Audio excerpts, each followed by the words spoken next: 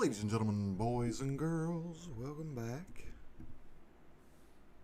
to Yeehaw Trucking Company, Tony and Truckin', and you see it in the title, Wyoming is here, baby. That's right. Today is the release date for the Wyoming DLC, the latest state added. Next is going to be Texas. Can't wait for that. But yeah, released earlier today. We're a little late, but in the words of the great George Strait, wait, what are the words? I can still make Cheyenne. Yeah, that's it. Dang it. All right. What are we doing? Oh yeah. Let's get Tony going. Are they going to fix the Wi-Fi first? Some people are never happy. I mean, my gosh, man. I mean, really? Yeah. That's what you come with. That's what you come with. Like Brian, is that what he comes with today, Brian? Well, it's a good question. Okay, external market. It would be convenient to be able to check scores of games or to send incoherent text to YouTube during city games. In Wyoming. Or Hell yeah, receive our baby. incoherent text. Or receive it. I mean, it's the only stadium I go to where literally there is no Wi-Fi service. You can't. Verizon sucks. Verizon Wireless was the perfect sponsor for Jeremy Pruitt football. Laramie, baby. Matt. Okay, where are we at? But I'm sure these new video boards will be great. So you're telling me, Matt? Wallace. You're telling little Buzz Peterson plug here, Matt. You're telling me that as you go around the league, as you go around the country, wherever you go, we have the worst Wi-Fi service in our building. Is that what you're telling me? Yes, it's basically non-existent. Too busy tweeting them croots, Tony. I give Danny White a lot of credit, though, for taking... Now, he didn't get into the Wi-Fi I don't know why thing, people heads on, and I gave him some love today in the blog for this, for taking on the fact that the past 10 years, the lines were too long, the concession lines. We had people telling us after the game that they were waiting in line for beer for over an hour. So apparently that was a thing, and Danny White's heard that loud and clear from the common fan. I think I'd have given up after about 15 minutes. I agree with that. That's why you need to sneak airplane bottles in. Yes, that's what airplane bottles are for, and that's what who would pay that extra much for long beer? tube socks are for. Take it from Bachil back in the day. The day you wear extra long tube socks. 10 deliveries. Look, you're not going through one of those airport monitors. You wear the extra long tube socks, or you wear those jeans that look like you're happy to see somebody, and you do the Robert Plant thing, get a roll of quarters. Little hanging thing there. So they make flasks. Okay, that are where's my next trailer? level now that Yes. look like phone cases. Look like just a whole bunch of different stuff. Yes. That it's not very difficult. Form-fitting flask, Matt, where you can hold a whole bar, pour drinks for everybody. Anyway, so I say you're getting a new. You're getting a new video billboard. In terms of the construction, I'll go into this a little later on in terms of the when, the where, the how, and the whys. But needless to say, a new north video billboard is coming. A new south one. They're replacing the south one. Okay, there we go. And this is pending approval at one of the commissions in Nashville. I will give you the date here. They're going to be voting gonna fill on up it. here, though. I believe September the 9th, which is when, guys? What's today's date? The 7th. Today is the 6th, 7th, I believe. So that's Thursday. Couple days. Well, it's nice for the fact that if you're sitting in the south end zone, you don't have to turn around and look at the Jumbotron if you want to see a replay The anymore. Dumbotron. That's exactly right. 2 new Dumbotrons. And when I tell Matt that, strain your neck. instead of Matt, I thought people that sit in the south end zone don't want Jumbotron. That's what I thought. I thought they all the Southies like Bear don't want a really Jumbotron. See, they were all Gosh, it's proud gonna of be it, really weird. not having a Dumbotron. But now everybody gets a Dumbotron now. Before you know it, the whole world. Is anything at this kind of this meeting going to be for the baseball stadium? And now here's what's interesting. Nothing? According to my sources, That's friendly. and I have great ones inside this now, there hasn't been one piece across anybody's desk there regarding the baseball stadium.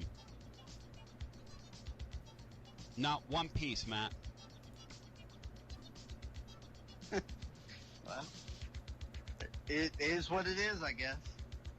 Not one shovel, as they say in the trade.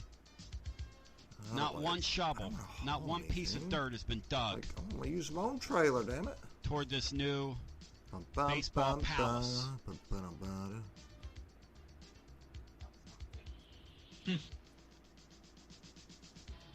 But 2 new Dumbotrons are going up in Neyland Stadium. And what was Matt's response to that, Brian? That piece of solid news. What was Matt's response, Brian? Same as mine. We're lucky that we have a pretty. Fix the Wi-Fi. Yeah. Let's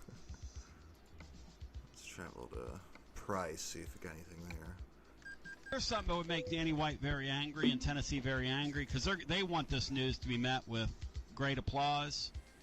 If you put a poll out, which I might just do, what's more important for Neyland Stadium fan experience, 2 new Jumbotrons or Wi-Fi where you can actually get on your phone? How about just playing stadium? Rocky Top, damn it? Matt, you think it's your cell phone carrier or you think other people are having that issue? Well, it seems to be an issue for everyone, but I just know personally Verizon's doesn't work. The official wireless provider of the Vols gives you nothing inside Neyland. That is when there's more than about 60,000 in there. Scripture says, prophet, no honor in his hometown. Maybe that's what we're talking about here. You know? Closer you are to home, the more they just don't appreciate you. Think about it. Think about it.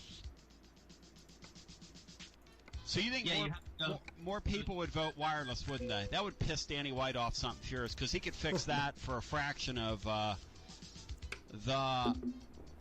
$150 million is what they're telling the state this is going to cost. $150, Matt. $150 million. $150 million. You know, you could actually have a nice down payment on that if you didn't have to spend all that on the attorney fees and stuff doing the investigation. God! Brian coming off Brian the road with a hammer and sickle on the Donde Plowman. Good night. Paul Zeitz on the other side. We're going to set the tone for you. Come on, Wyoming. For the Pittsburgh matchup. It is the show of record, breaking news, and taking names on the other side after this.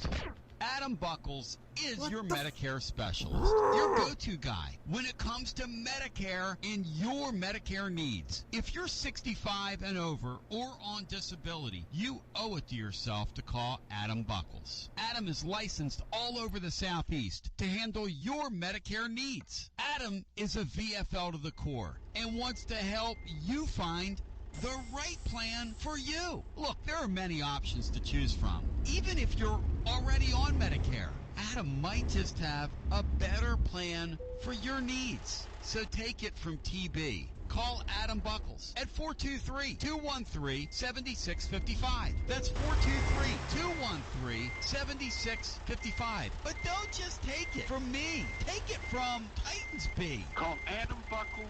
He's my good Christian friend, and he'll take real good care of you. When you need an enhancer or two for your Medicare, call Adam Buckles. 423-213-7655. That's 423-213-7655.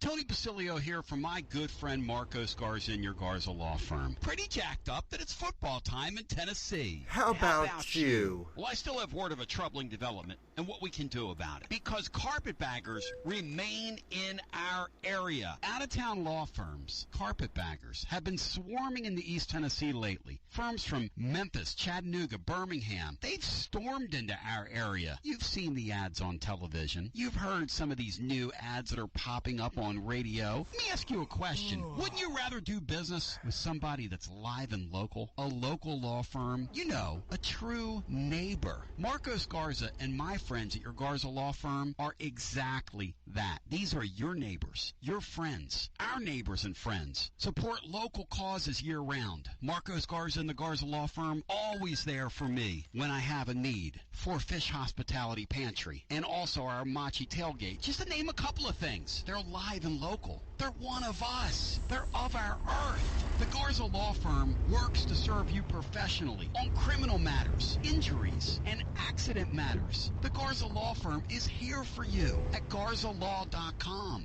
And they will be for many, many years to come. Live, local, one of us, one of you. The Garza Law Firm. Let us help.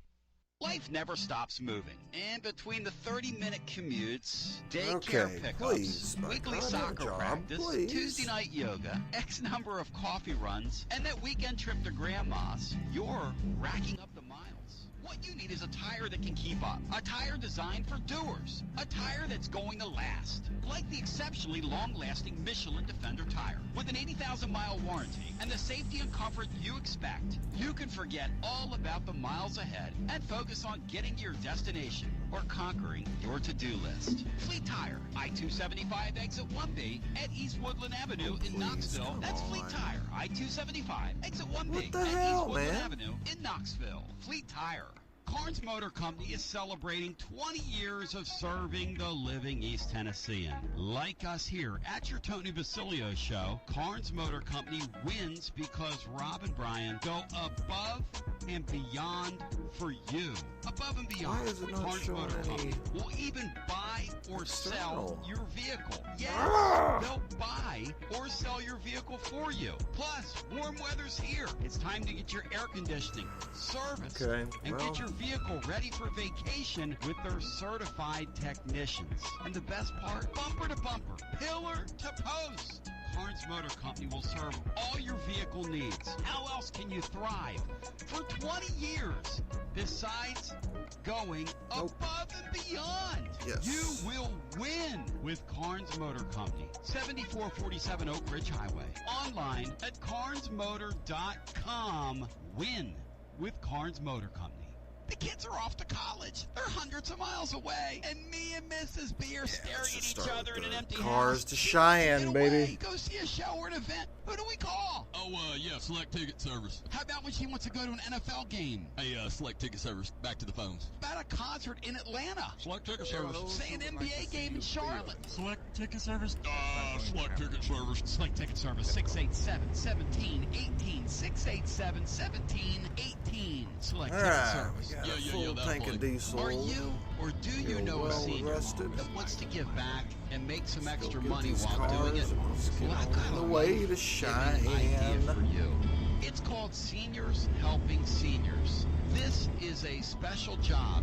North to the Wyoming line. Let's go, baby. Or the senior you know, Wait, to provide 200 just miles transportation to a fellow senior or have a full nursing background. Oh, what the you have the hell? ability to work as many or as few hours as you would like. So any senior can do it. Give them a call and join the life-giving team at Seniors Helping Seniors. 865-269-4483.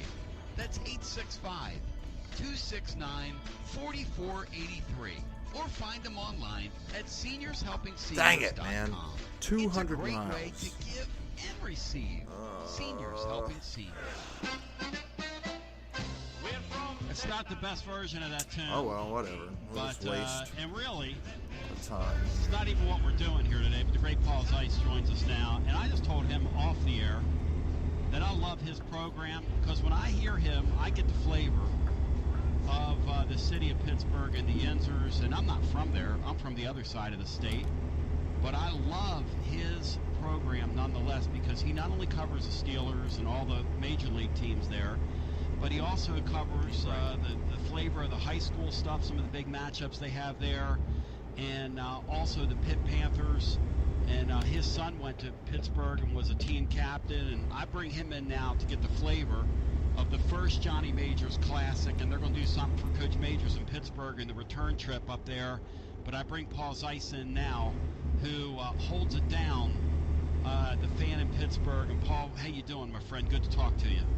I'm doing really good, man. Thanks for having me. Hey, man, I'm blessed to spend some time with you. Typical Tony audio, and I man. mean what I say about the great work that you do. Can't hear the because callers. you do approach your show. You do approach your show in that way. Am I hearing that correctly? Your approach to your program. My approach to my program is to sort of try and give the flavor, of everything. Oh boy, that was going on in stupid. Pittsburgh and, Stupid, not stupid, just but we all made it. Steelers all the time. Yep. But, what are people talking about?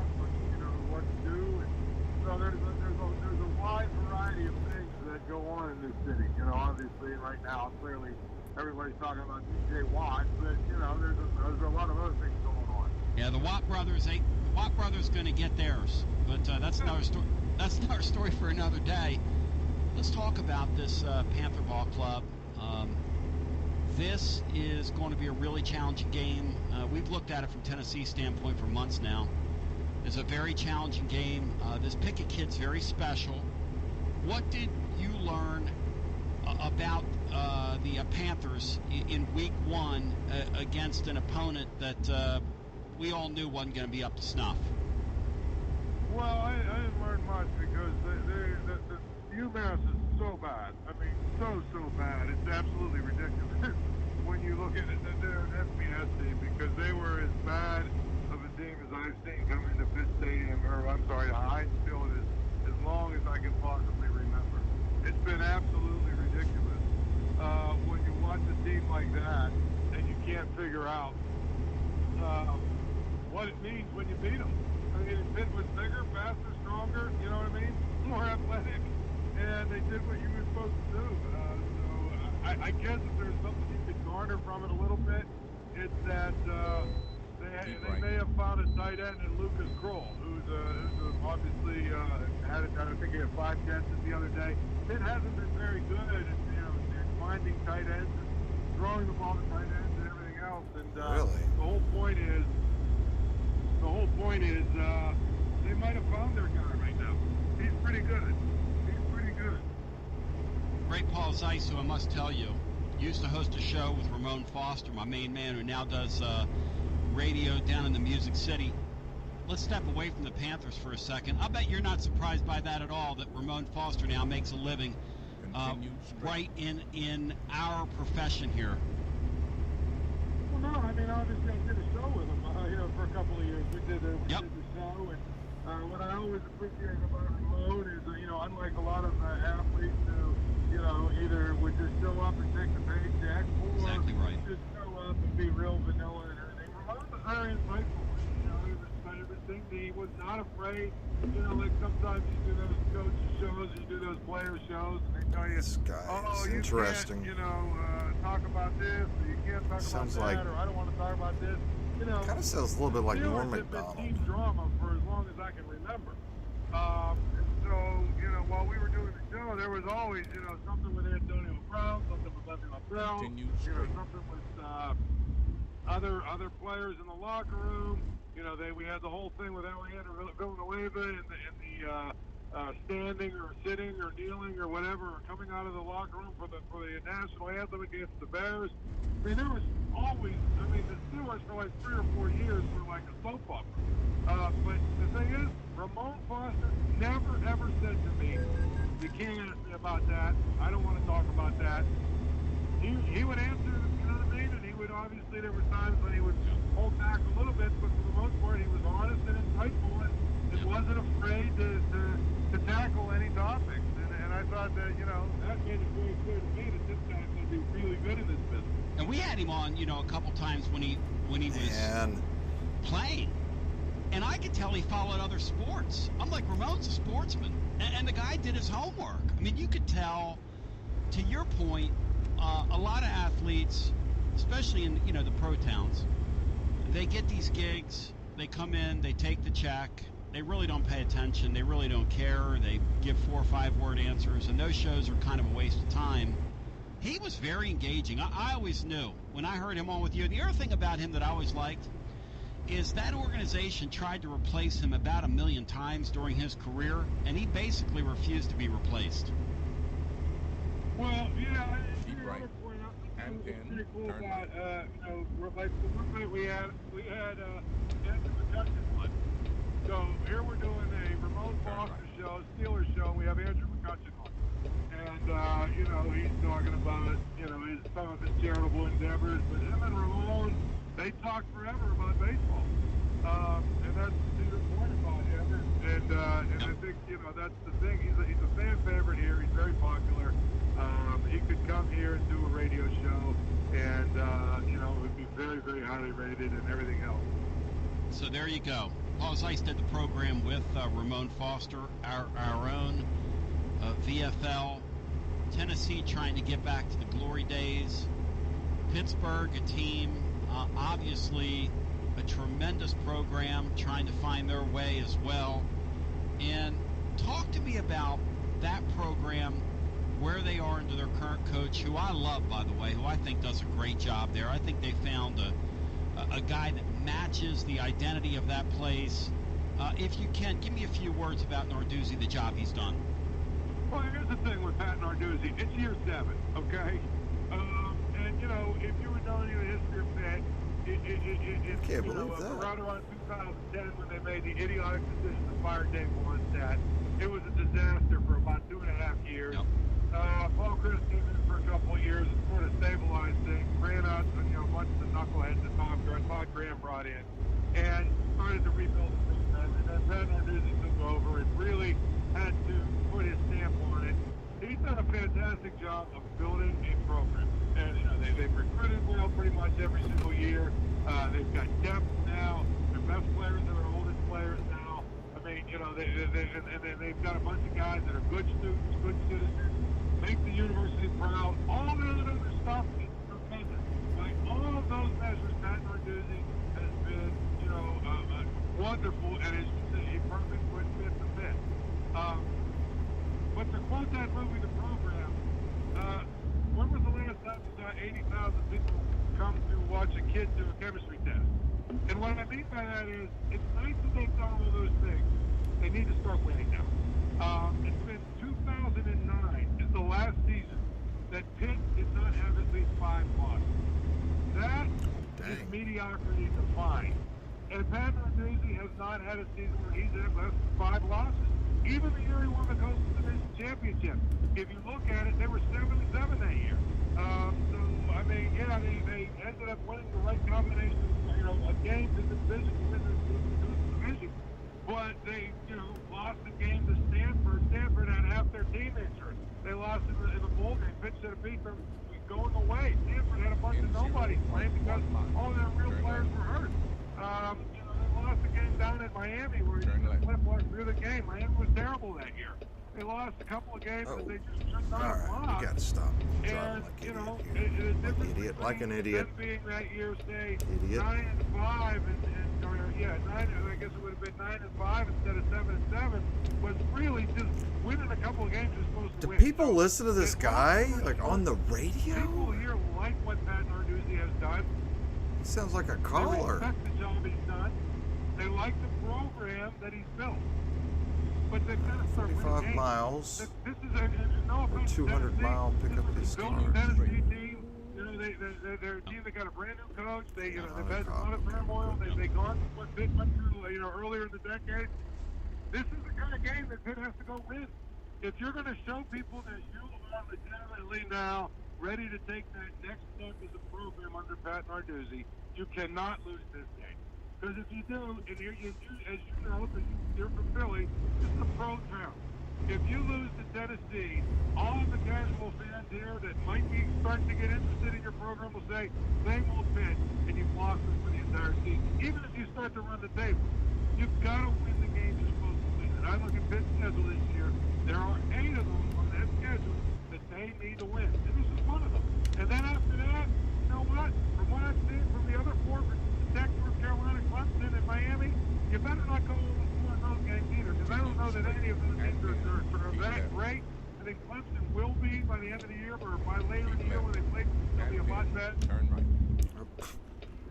Okay. Okay. settled in, and you want to tell me that you lose that game because they've got better players? Okay, but my point is, it's got to be the year where they have a breakthrough, or else all of that stuff we talked about in terms of building a program doesn't mean a damn thing. And that's a great point you bring up in terms of these jobs. You don't get 7 years. You don't get 8 years. You don't get 6 years. You don't get, a lot of spots you don't get 5 without throwing up that one big year. But at Pittsburgh, people really need to appreciate before he got there how crazy the 3 or 4 years were in the transition with the coach leaving in the middle of the night and all the madness that went on, rivaling what happened with the Pittsburgh basketball program a couple years ago when that damn thing cratered, which was crazy. But to your point, as we visit with Paul Zeiss here, this Tennessee game, there's a lot of pressure on Pittsburgh, isn't there, to come in here and get a win in what should be a semi-hostile environment. I don't know how big of a crowd it's going to be Saturday here, just to give you a little insight. I don't know how huge the crowd's going to be.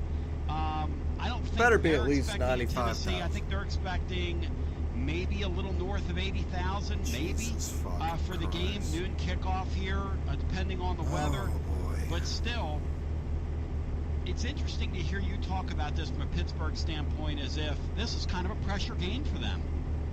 No, absolutely is. And I think you can talk to people that are on the staff, you talk to people around the university. I mean, nobody was saying nothing, but they'll tell you, off the record, hey, this has got to be a game you got to win. Because look, you win this game, let's presume you can come home and beat Western Michigan. Right. Whoever the other team is. I'm for one of them, one Directional, of the yeah. FCS they play. I forget who it is. But anyway, now you're 4-0, and you're going into your ACC schedule against Georgia Tech, who I think is lost to either an FCS team or a bad team or a bad, somebody they should have lost. You have a chance to be 5-0 before you get to the meat of your schedule, But if you lose this game, it just really kind of takes everything out of it, because the bottom line is, out of your 4 non-conference games, this is the only one you got where you're playing against a team that, at the very least, has players who are recruited at the same level as your players. You've got guys that are Okay. athletic, so you're going to have to win the game. But you should win the game. And I think that is what is really the most difficult thing for this Pitt team to do over the course of time has been win games you're supposed to win. If they win this game, it changes the narrative completely about their team. I'm not going to pull words in your mouth here, but their history is they don't win this game, right? Their recent history is they find a way not to win this game, right? That's the recent history. Absolutely. They go down there and they find a way to have 4 turnovers, and then they start and they hit the upright with the field. They haven't played Tennessee. That's exactly. Listen, I've read a book about how many different ways you can lose a football game featuring Pitt. And I can go through years. My first Pitt football game, 1979, Dan Marino was the quarterback that I went to live. Nice. I started covering the team in 2000. Actually, in 98, I started covering the team. So, and in between, I've been to a lot of games. I'm going to tell you, I've seen every single way you can lose a football game, and then some.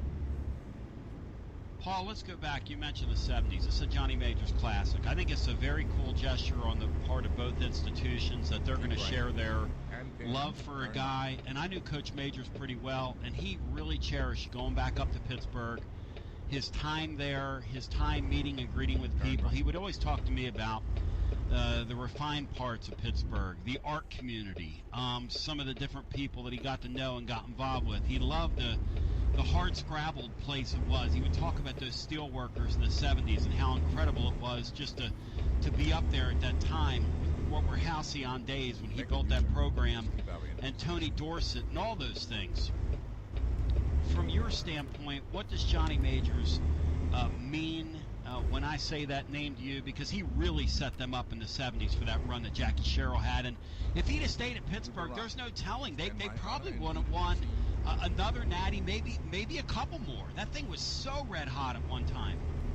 Well, if you think about it, I mean, they went with Jackie Sherrill. They went 33-3 over 3 years. And I just, Jackie Sherrill even said it. If Coach Johnny Majors was still probably would have won two of those games and won two more national titles. Again, find what to lose. But, the sad thing for Johnny here is that he came back. When he came back, the program Go. All right, baby. 649 miles. We can grab a drink and we'll be on the way. Facility. They needed a new stadium. There was apathy. So when he came back, there's a lot of people that are younger than me, and their only experience with Johnny Majors is what we call, the Back to the Future Johnny Majors. Yeah. Which was not exactly a distinguishing time in Pitt history. No. One of the games that always stands out from that era was the Ohio State game. They lost 72-0, and when they lost 72-0, they punted to Ohio State. And John Cooper, I think, was the coach at Ohio State, and he had a lot of respect for Johnny Majors.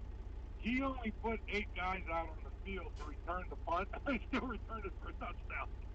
But anyway, that's one of those stories.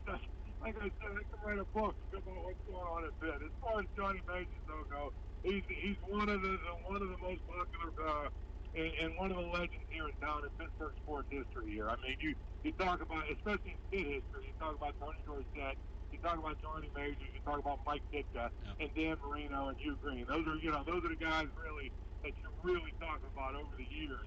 Are the legends of Pitt. And, Johnny was a gentleman. He was one of the nicest guys I've ever gotten to know. He was always gracious. A great sense of humor, great storyteller, too. Oh, incredible. So we obviously miss him. And this is pretty cool what Tennessee is doing to honor him, because he's a guy who deserves it. Paul Zeiss, much love to you on the way out. Tell the living listener where they can find you online, on Twitter and all that stuff, and we'll get some folks tuning into your show this week, and maybe you'll talk a little. If you sneak in some Tennessee-Pittsburgh talk, that'd be good. We know the Watt thing. You got to cover the soap operas you were talking about before, but tell the living listener where they can find you. Well, it's on the Odyssey app, obviously. Odyssey app, 93.7 The Fan, and I'm on in the evenings, and believe me, we're the flagship station for Pitt, so we'll be talking a lot about Pitt, Tennessee, and it's a game, like I said, Pitt needs to win. If they don't, then I think the narrative on this season is completely different. Paul, good talking to you, man. My best to you and your family. Yes, sir. Thank you, brother. All right, now, what's this? All right, man. One more time, that's Paul Zeiss. If you want to join, the number's 865-200-5402. All right, Matt here we Dixon, go, baby. Your thoughts on that segment? He made Pittsburgh sound like the basketball. Still make Cheyenne. Let's go. Football. Wyoming. Pretty good, but kind of not good enough when it matters. Matt, thoughts on that? Yeah, well, that's who they've been, that 7-5, 8-4 type program. Good enough to put a scare into the better teams they play, but outside of that crazy Nathan Peterman game at Clemson a few years ago, they just don't beat teams that are good. And it's a solid program. They have an identity. You know what you're going to get from them. I know here I guess this is the third year, they've become basically a passing offense, where the first couple of years they were that hard-nosed, run the ball. They've kind of changed with that with Narduzzi, which is an interesting kind of flip. Usually you don't see defensive guys, willingly adjust like that, but you give him credit for kind of adjusting with the game. But it is. I mean, Pitt's favored for a reason. They're the better team right now, and unfortunately, I don't think it's a great matchup for Tennessee. 9.5 hours. Fight here is our history. A little bit outside of Cheyenne. And he was talking about that. Brian, one thing I wonder is, Tennessee can keep that game close, get it in the fourth quarter, keep it a close game, and get those Pittsburgh kids fighting their history, Brian. If we hurry, we can still make Cheyenne. Yeah, it sort of has a Cal feel of 06 to it, maybe, where Tennessee comes in sort of not sure of themselves, and Pittsburgh has to deal with an early game. It's sort of a sterile, Caleb with his carpet. that lit up an environment. Teams that go on the road and have to play at noon, I actually think the best advantage for Tennessee is when that game's played. I think at night or at noon is when you want that thing played. I think if it were sort of in the middle of that, it'd be an advantage Pitt. Well, I'm with Matt. I love noon games. Like, you know, we've seen Mississippi State come here a couple years ago, and Tennessee looked like they were dead, and State just was and they were deader. Yeah, they did. They just Pardon believe. my poor grammar. But yeah, Tennessee was dead, and they were deader.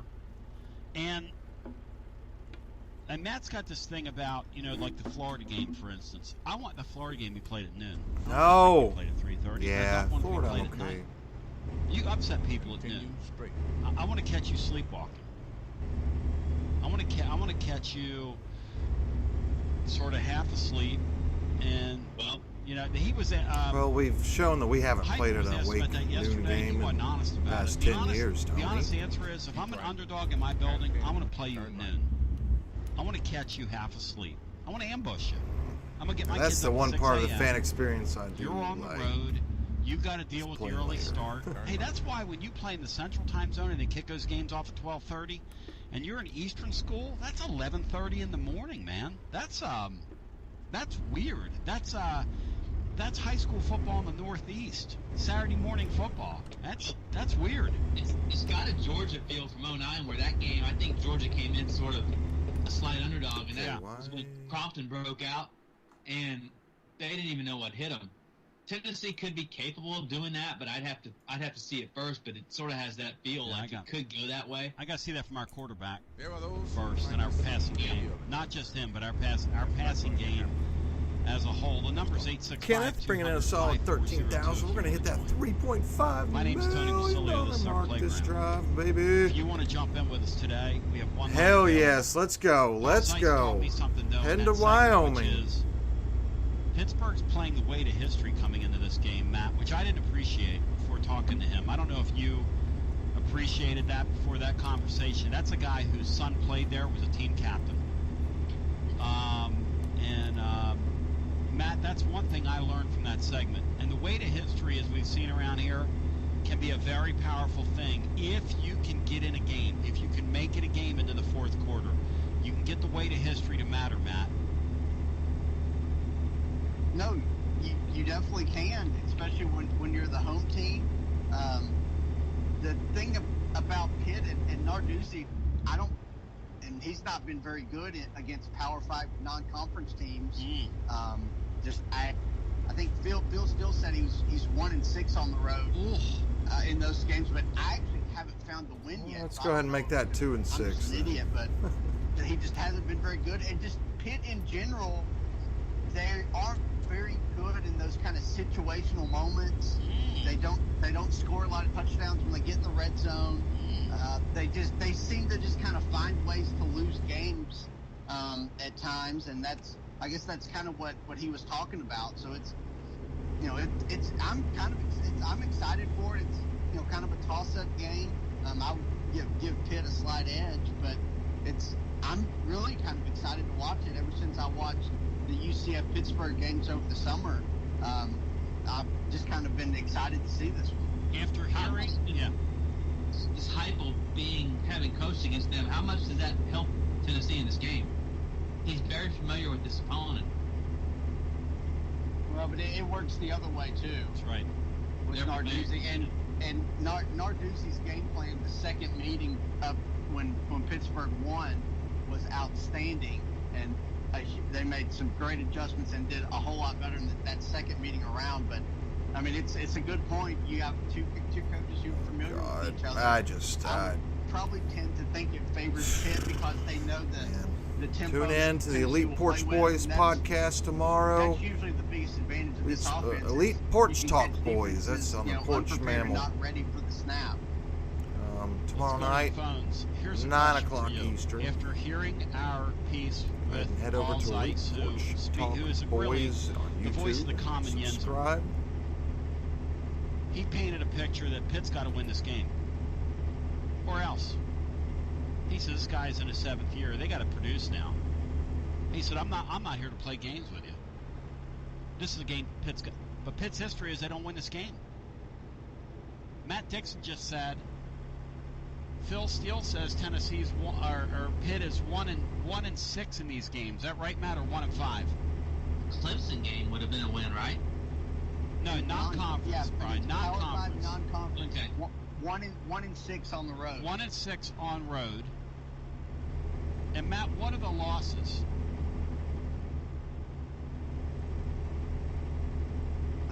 There was one to North Carolina, one to I think Penn State. Notre Dame was one. I mean, they were good opponents too. Yeah. I mean, I don't want to just say they lost to, just anybody, but give me. Yeah, they lost to some decent teams, but that UCF game doesn't count because they're not technically Power 5, but you could lump that one in there. So it's and they lost a bunch of their bowl games.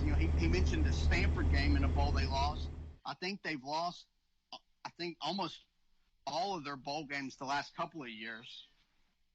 Wow.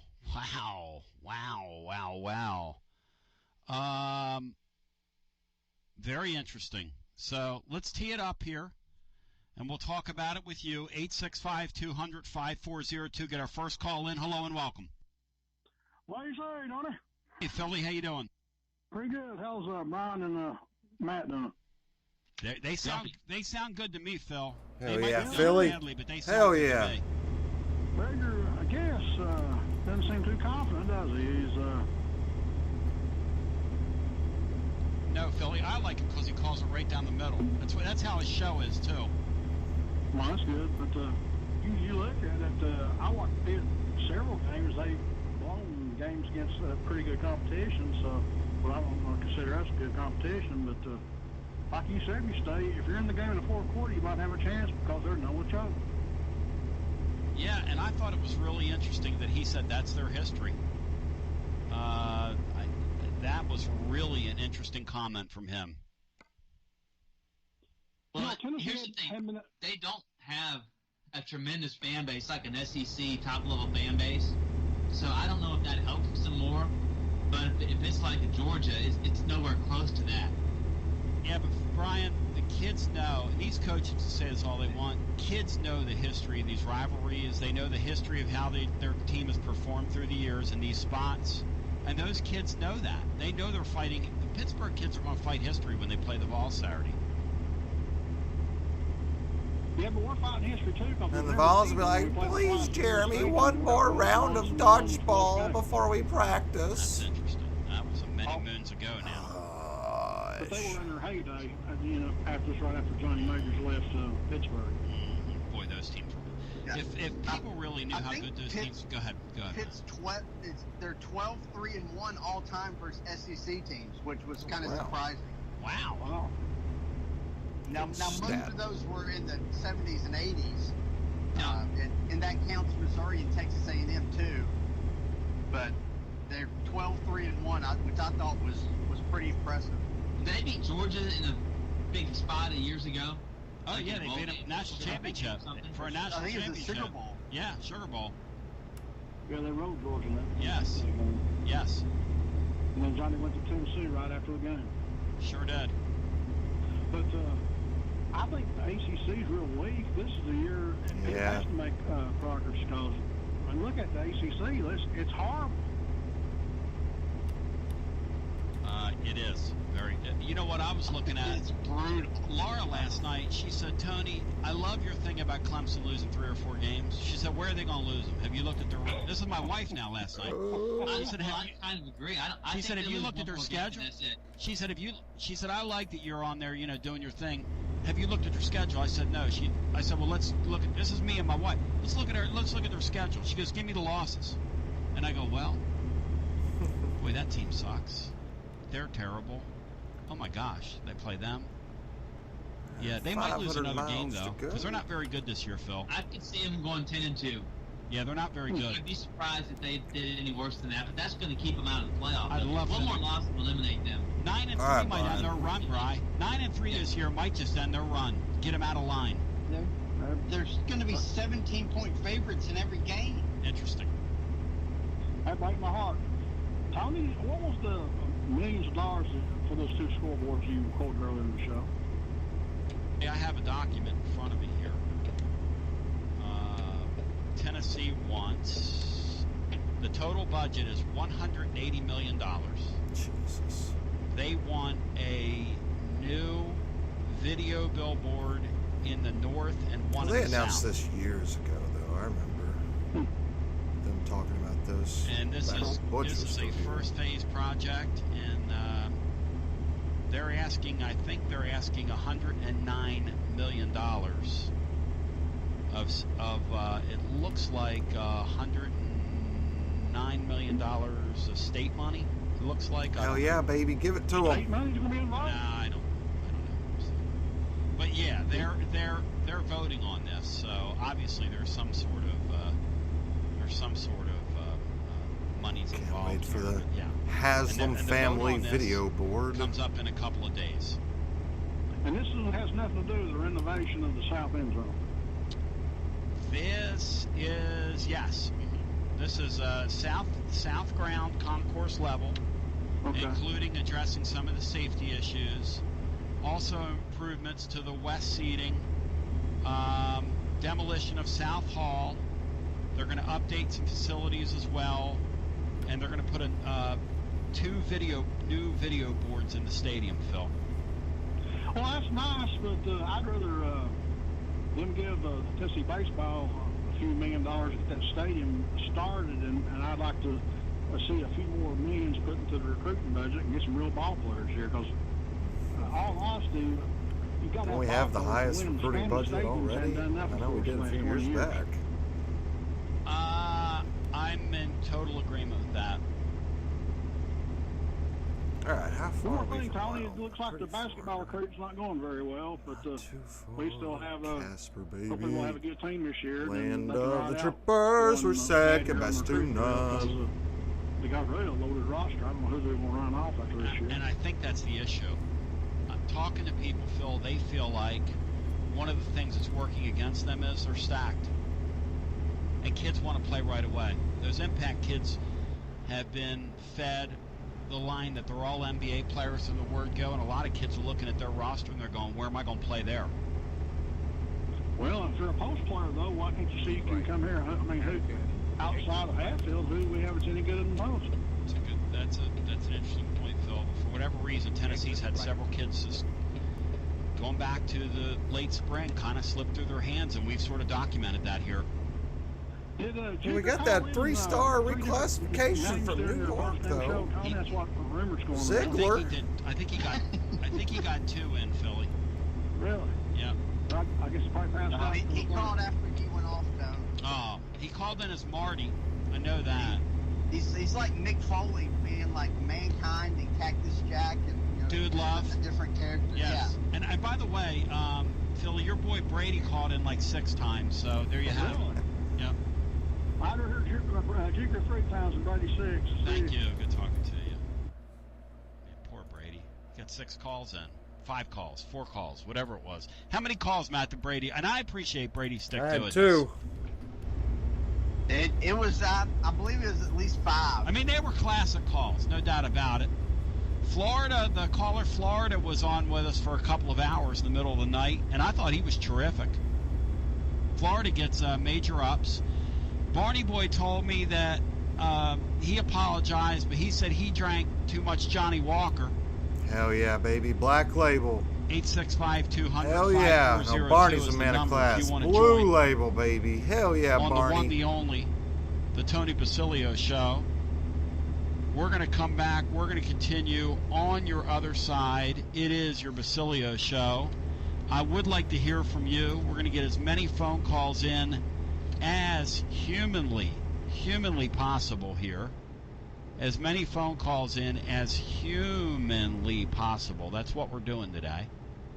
And we want to talk to you today on the Tony Basilio Show as we break it down. SEC Mike going to join us in our second hour. We're going to get us thoughts on week 1 in the league and continue with more after this.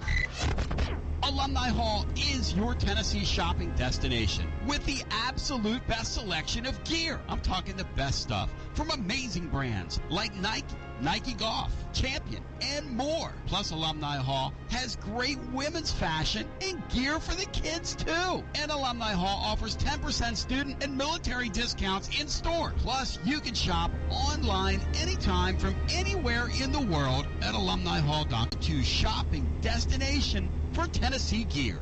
It's the final Taco Tuesday tonight at Smoky's Ballpark, and it's Peanut Free Night, sponsored by the Allergy, Asthma, and Sinus Center. Get your tickets now at SmokysBaseball.com.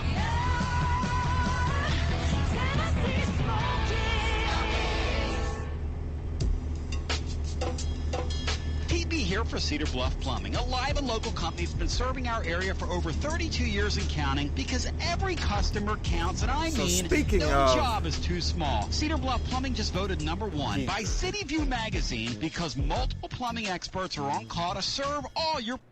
How do you say yes, I did? That UCF game doesn't count because they're not technically Power 5. Not as a, you know. So we'll be talking a lot about Mid-Tennessee. Medicine wants to keep you from declining that I had lost in the past. And I just He jacked up. Don't send some he drank too much Johnny Walker and his crew blending smoothies on Rocky Top for years to come. That Geeker call. I love this. Is my favorite. Damn. We'll play it right here. My favorite damn call. Picture, and I'll be damned if the guy is in Jakarta, Indonesia. They look like Dale Earnhardt. Does he look like who? Dale Earnhardt. No, but your brother does. Marty, thank you. Indonesia. They look like Dale Earnhardt. Does he look like who? Dale Earnhardt. No, but your brother does. Marty, thank you. Oh, that's beautiful. I love it.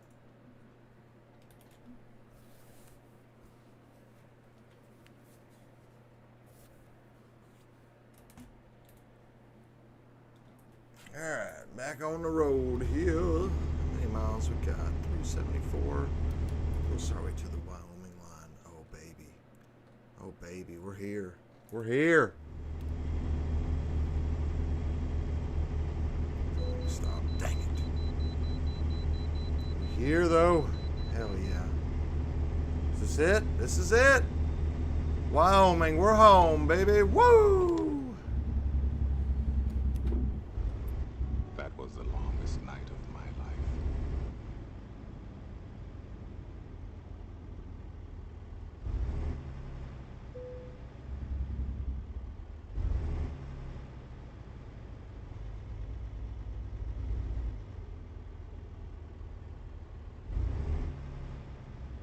Keep left. What? What's wrong with the vehicle?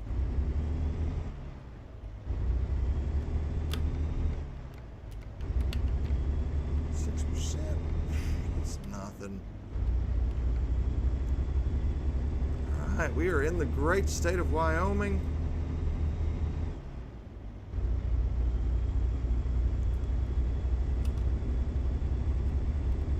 Keep left. Oh, forgot to put Tony back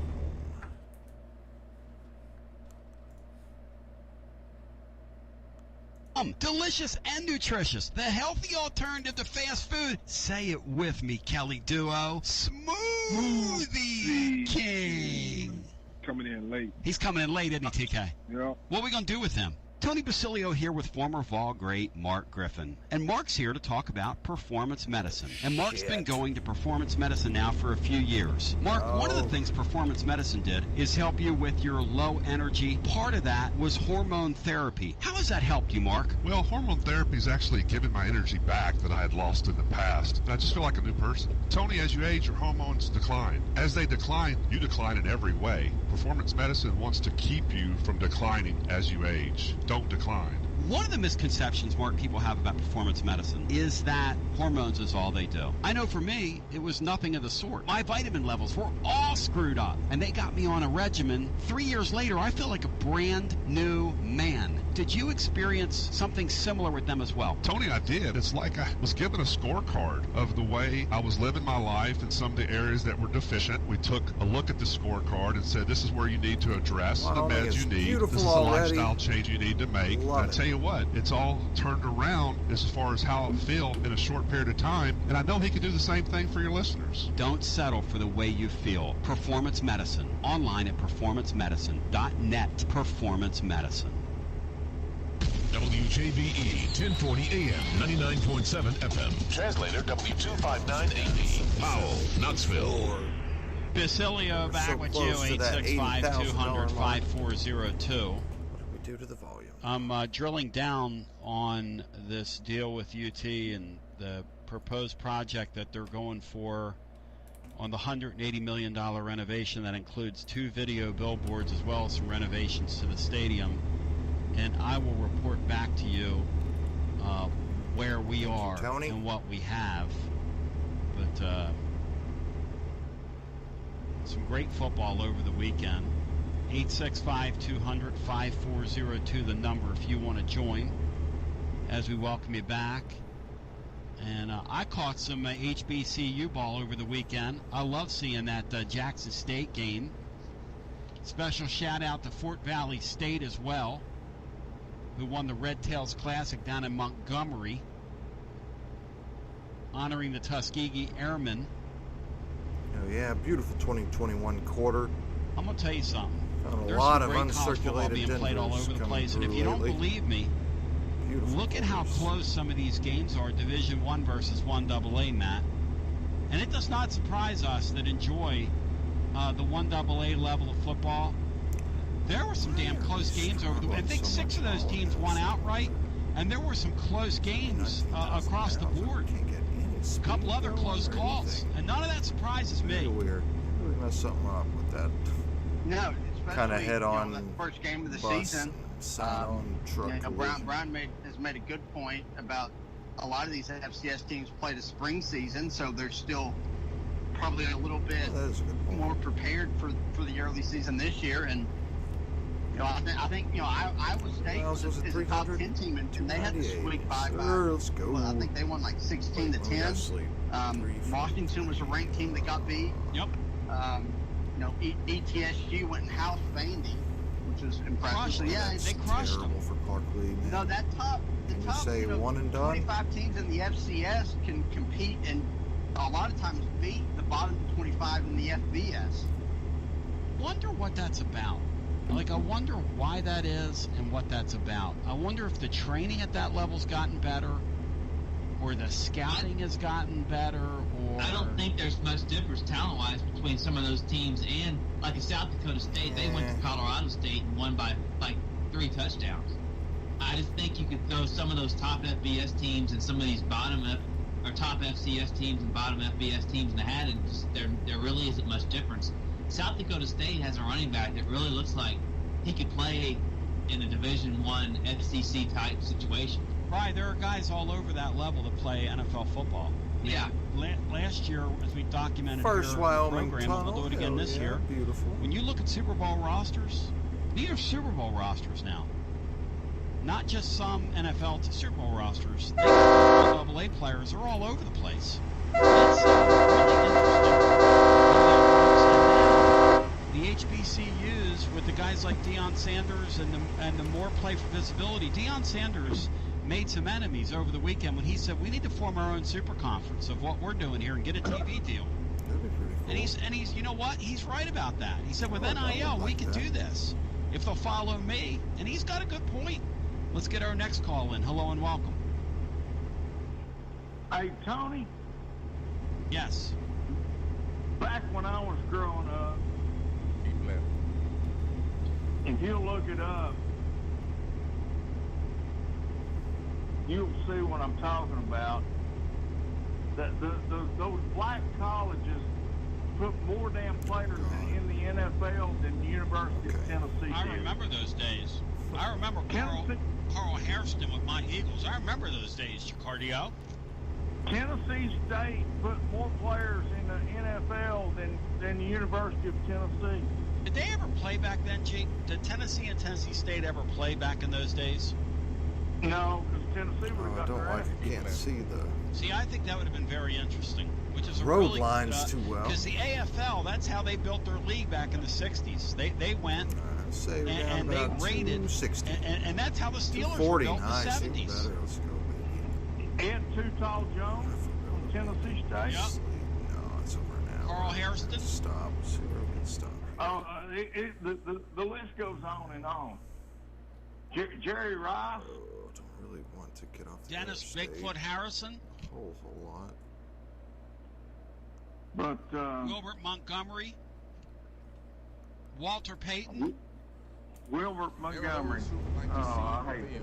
I hate it when he got it. When those Dolphins beat him up over there in St. Louis.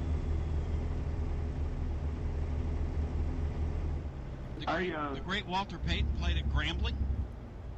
Yeah. The list goes on and on, Tony. And it wasn't until the integration that it kind of snuffed the black colleges out. Yeah. But now, with the NIL, Deion Sanders said with the NIL, we can make an appeal to play. We can get our fair share. Form our own conference and people will watch it. And he's right. I mean, I hate to tell you, the guy's right. I am pulling for Dion. I am too. Although it doesn't look to me like his son can play at quarterback, but more power to him. They look like they were stuck in reverse here. I watched that whole game Sunday. I'm a sicko. And then I watched some CFL after that, Jacardio. Hey Tony, I'm gonna hold my tribute to Keith Hatfield back until Friday when because I want Bino to hear it. Bino's listening right now. You can do your tribute right now. Bino's listening right now. No, but I'm going to wait till Friday. But how do you know you're getting? Keith Hatfield was a great man. Yes, he was, Chicky.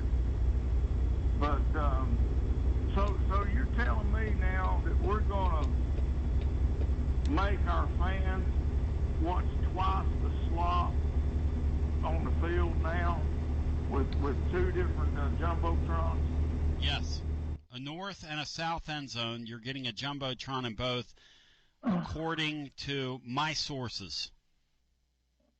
So we're going to watch a pile of slop times two now. Well,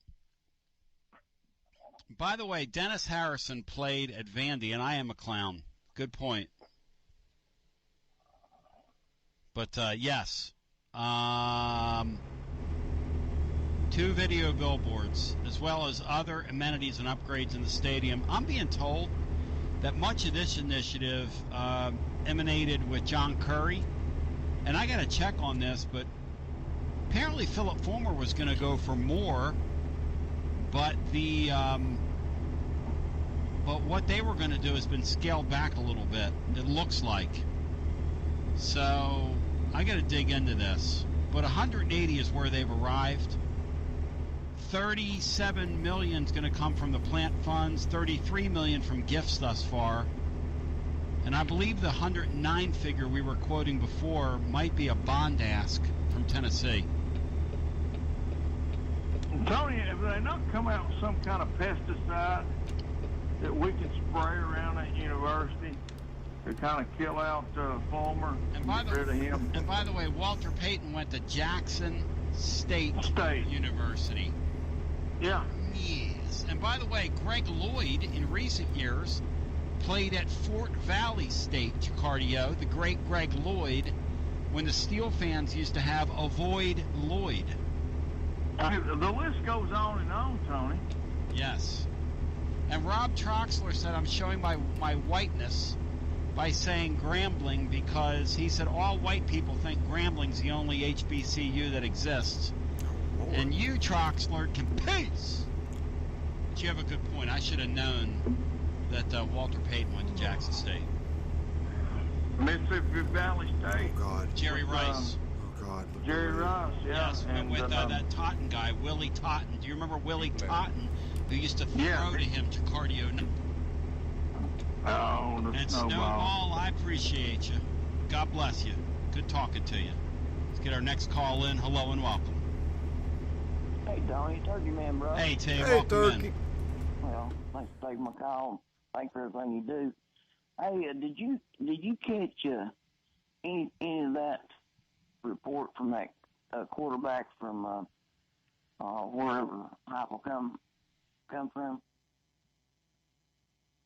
Florida, Florida U? What was the name of the college that Heupel was at?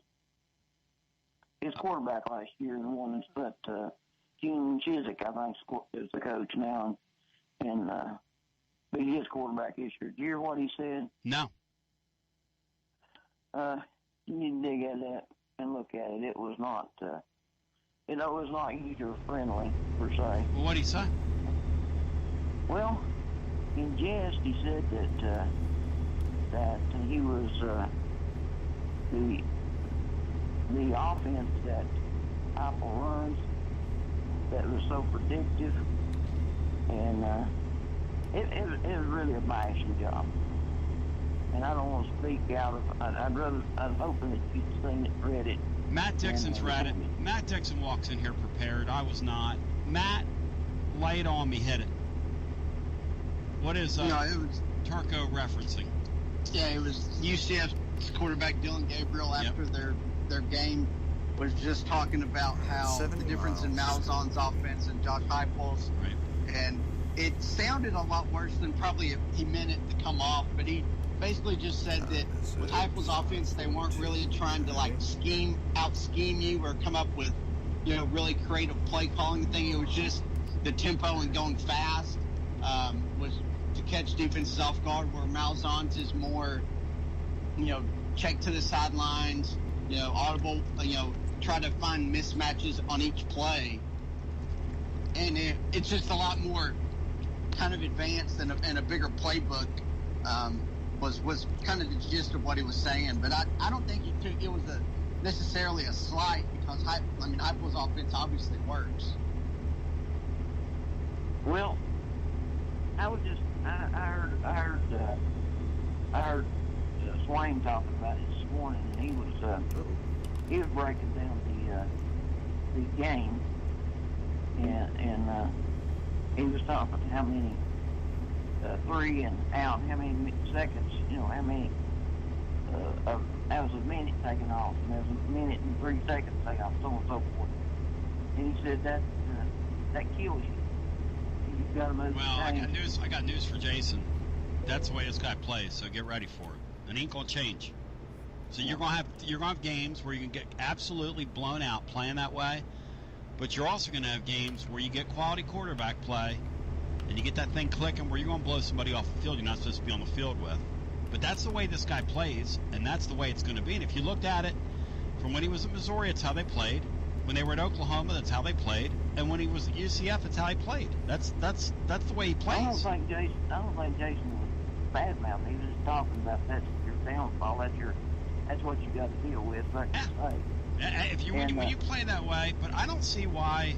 Like what Matt's saying, we can find the quote. But here's the deal with all these players: they're all going to say great things about the guy coaching them now. You got that? That's true. Right? I mean, like all these guys now that say that the guy they played for last year was, these guys are Mother Teresa, and then this last guy was the worst thing since sliced bread, and that's just the nature of this.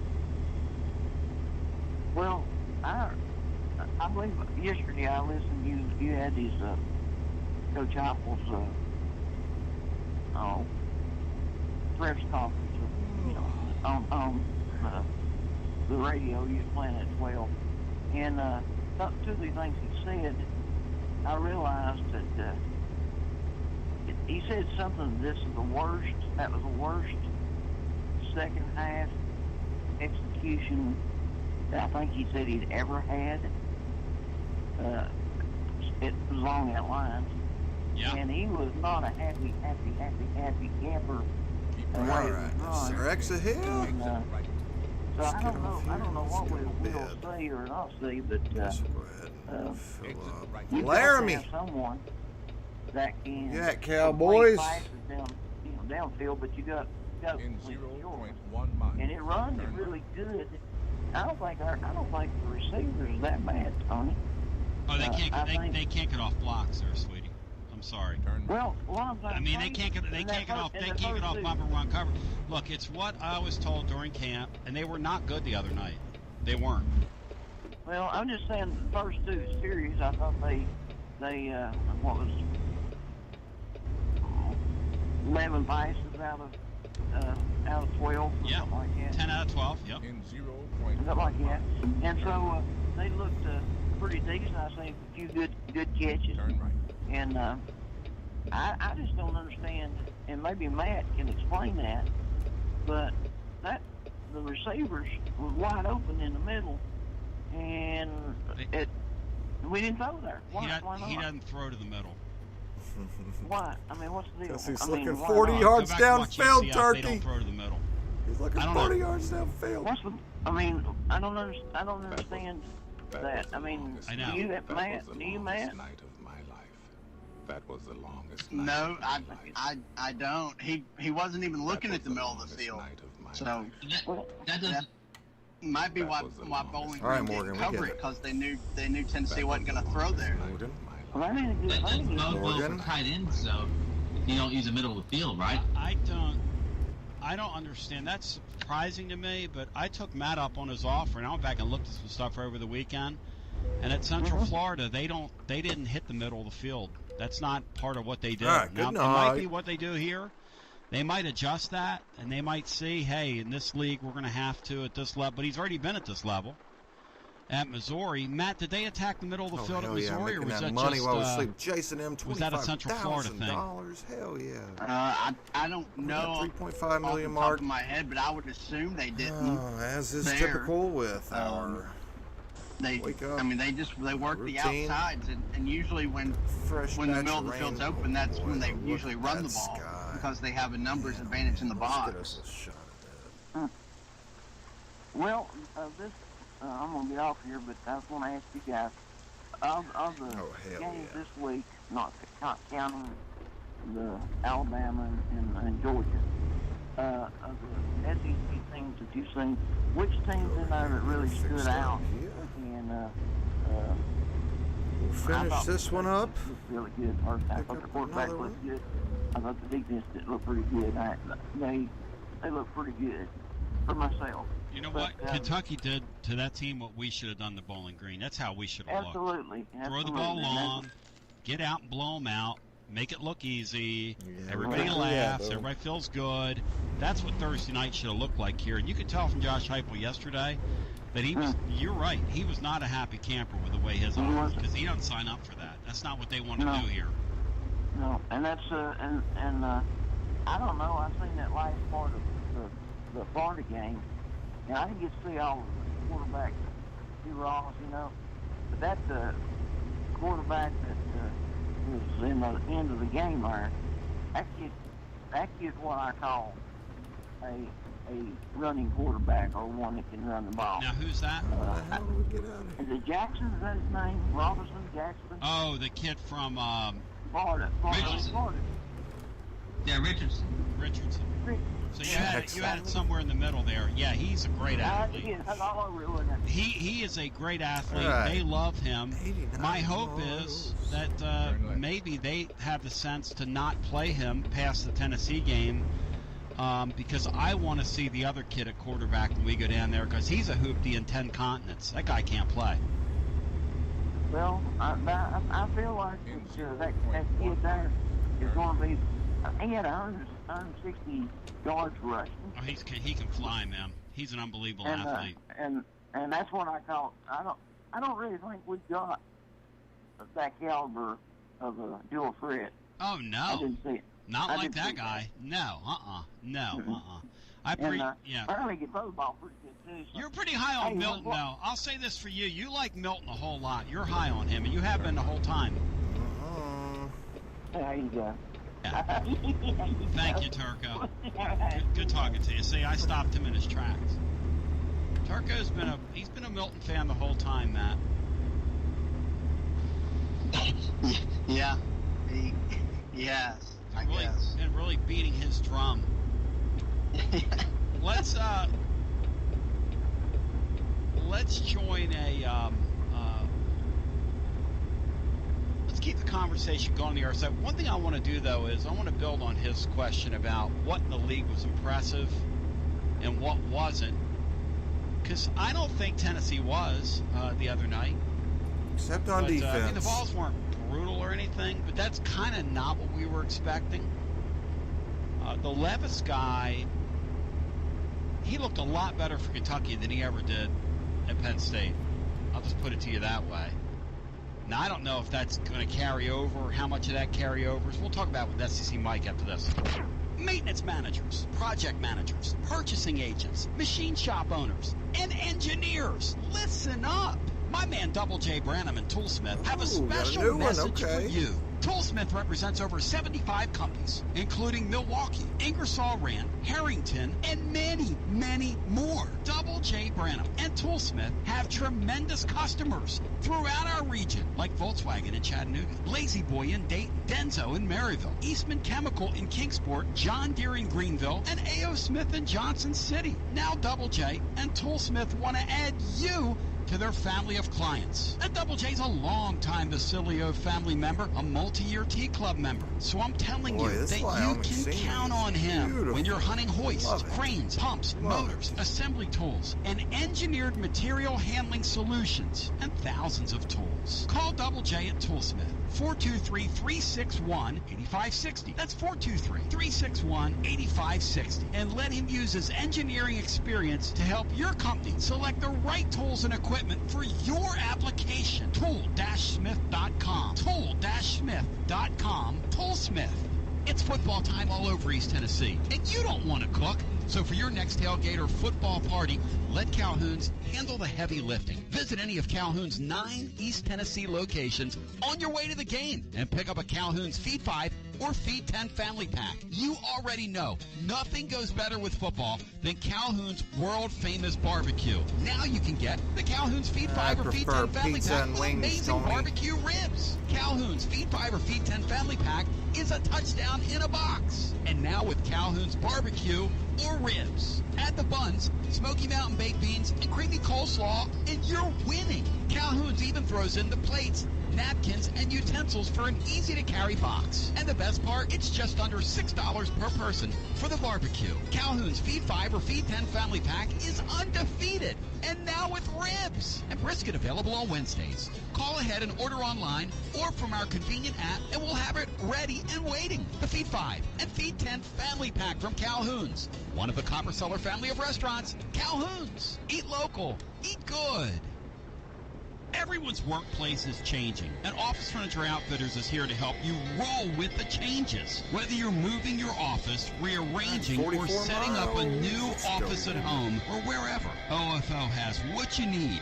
New and used options in stock, ready to go. Desks, sit-to-stand desks, numerous desk chair options, bookcases, you name it, here and ready for you to pick up or delivered right to you. Check out the in-stock options on their website at ofonox.com or click the link at tonybasilio.com for more. If they don't have what you're looking for, OFO can usually find it very quickly. It's never been easier to outfit your office. And don't forget, Office Furniture Outfitters is still your local Herman Miller dealer.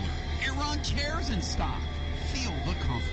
No job too big or too small, and they can come to you, measure your space, deliver right to you, and set everything up. Or we can work with you remotely, live and local for over 25 years. Office Furniture Outfitters. Call Doty. Things are crazy. Of coffee runs and that weekend trip to Great Eastwood to the roof. Let our team 865 stand. Beautiful. See Mike, yo to you, brother. Hey, welcome to our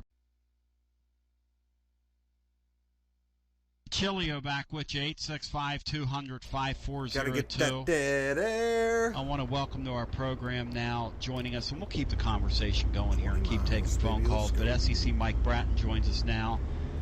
SEC Mike, yo to you, brother. How you doing? Doing great, Tony. Thanks for having me. I really appreciate you. Oh, man, you're incredible. We love SEC Mike. And you're now out on your own with your podcast, are you not? Yeah, so been this is going on a month now. I've left Saturday down south. Nothing, no drama really or anything. I just think, I look at people like you going out on your own and doing your own thing, getting a hit on the topics you want to talk about. Don't have to put up with, any kind of corporate garbage and talk about topics that the fans are not really interested in. So I had no interest in that. That's what we do on the Elite Porch Talk, boys, my show's folks. blown up. I just did career numbers the month I've been solo. Started up on YouTube, getting close to 200,000 views just in a month on that platform. So yeah, I think it's going to be the best decision I've ever made. God bless America. Let's go to the phones. SEC Mike Bratton now joining. And I'm going to ask him about what that caller asked about, impressive things he saw around the Southeastern Conference. And we ignore Alabama on here. So, as Matt chose to today in the blog over at tclub.team, I find that college football is a lot more enjoyable for me just not even acknowledging the fact that Alabama plays because, quite frankly, they're boring. They have too much, and they're boring. Hello and welcome into our next call. Hey, Tony, it's Jake from Memphis. Hey, Jake from Memphis, welcome in. I wanted to get you and Mike's thoughts on something. I forget who I saw on Twitter that posted this, but it was a really good thought. And I totally agree with it. If you take away, just think about how great this first weekend of college football was. I mean, it was so good, top to bottom, and part of it is just seeing all the great traditions back and full stadiums, but there were so many good games and good stories, good comeback stories, and if you take away the top 5 teams in the country, how good of a product would college football be? How exciting of a race would it be for who's going to get in the playoffs, who isn't? If you take away Alabama, Georgia, Oklahoma, Ohio State, Clemson, I mean, the race is wide open, and it'd be so much more compelling and intriguing if you just take away those 5 teams. And that's the problem with college football right now. That's why it's broken. And here's the thing. The other 4 leagues that are ganging up on the SEC, their aim is to keep the playoff at 4 teams, so they say. And I don't know what their real aim is because if they're without a 12-team playoff, they can't compete. And they're not going to belong. Because the Southeastern Conference, when they add Oklahoma, you're going to start with at least 2, and sometimes you're going to get 3 playoff teams that are going to come out of this league. That's going to happen. And so I'm not sure what their aim is at staying at 4, but if they want to lock themselves out and keep it a 4-team game, to me, 4 teams in a playoff make this sport a broken sport. All the tradition and all that stuff you're talking about is great. The games day in and day out are still wonderful. But you're right. If you lop off the 4 or 5 teams, the top 4 or 5, it's a very intriguing game. It really is. Well, and you're able to extend that week 1 season. I mean, part of the greatness of week 1 is everybody's got that desire, that hope that maybe this is up here that we make it. And if you have a 12-team playoff, you have that hope for longer. All right, let me skip this shit. And when I first saw the 12-team playoff proposal, I loved it, and I especially loved having playoff games on the That's a yes. And it's pointless to keep this at 4. You're delaying the inevitable, and you're worsening the product because we all saw how amazing week 1 can be, and if you have that feeling for longer, it's only a good thing.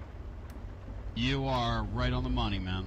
Right on the money. There we go. Thank you. Tony, on the way out, thank God. One question regarding Pitt this week: do you think we're going to have the same amount of success running the football that we saw in week 1? Do you think that carries over? No, because it can't.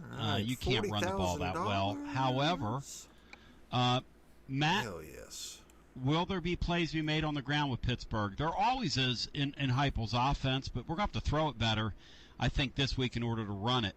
Last week you had an opponent you could just run over at the point of attack. Matt, how do you expect we run the ball this week? It definitely won't be what it was against Bowling Green, but if you have any chance of winning, you're gonna have to run the ball pretty well. I think with where the passing game is right now, you're gonna have to rely on the running game and then kind of do play action, RPO, stuff like that to get the passing game going. So yeah. I would assume Pitt will stack the box, put a lot of guys in there, and trust their corners to win on the outside and really try to stop Tennessee's running game. It'll be interesting to see that chess match. I haven't had a chance to go back and watch UCF versus Pitt the past couple times they played. I know Matt has, and Matt, I just didn't know how well did they run the ball on Pitt in those two games? Does this zone running scheme that we seem to be implementing, which I like a lot, and it looks really good in week one as far as the running back bouncing it out wide and knowing when to do so. Will that work on this Pitt defense? Thank you, Jakey. Good call. Yeah, go ahead, Matt. He has a question for Matt. Go ahead, Matt. It can work. You're still going to have to make plays on the outside to open that stuff up. I know I think they ran for like almost 200 yards in the win that they had over Pitt. But I think Pitt shut their running game down in that second meeting and made them one-dimensional. And Pitt really, the game at Pittsburgh just dominated the line of scrimmage. Their defensive line was in the backfield on every play, it seemed like. So that it really just threw UCF's entire offense off. But that's a concern for this game as well. I agree with that. Pitt lost a lot on their defensive line. I think they led the country in tackles for loss and sacks last year. But there's still going to be that really aggressive defense, and if they can get home with just rushing forward, it'll be a long day for Tennessee. They're going to press at the line, which we're not very good at with our wide receivers, despite what people think. Look, I like that our receivers can run in space. We all do. I'm telling you, our coaching staff does not like the way we get off on press coverage. And that's a major concern against an opponent, that's what they do. All right. We got so something's got to give there. 370 miles. Or Joe Milton's got to make plays with his feet. Not gonna have to sleep. Or Tennessee is going to have to catch them with the running game in order to be successful. Yeah. And then convert. Go ahead, Mike.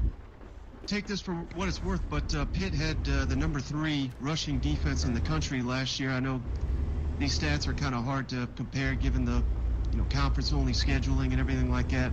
85th in the country defending the pass. So I think if Tennessee's going to win this game, it's going to have to come through the air. And, one thing that I've not heard a ton talked about this season is the home field advantage, given last year we didn't really get that.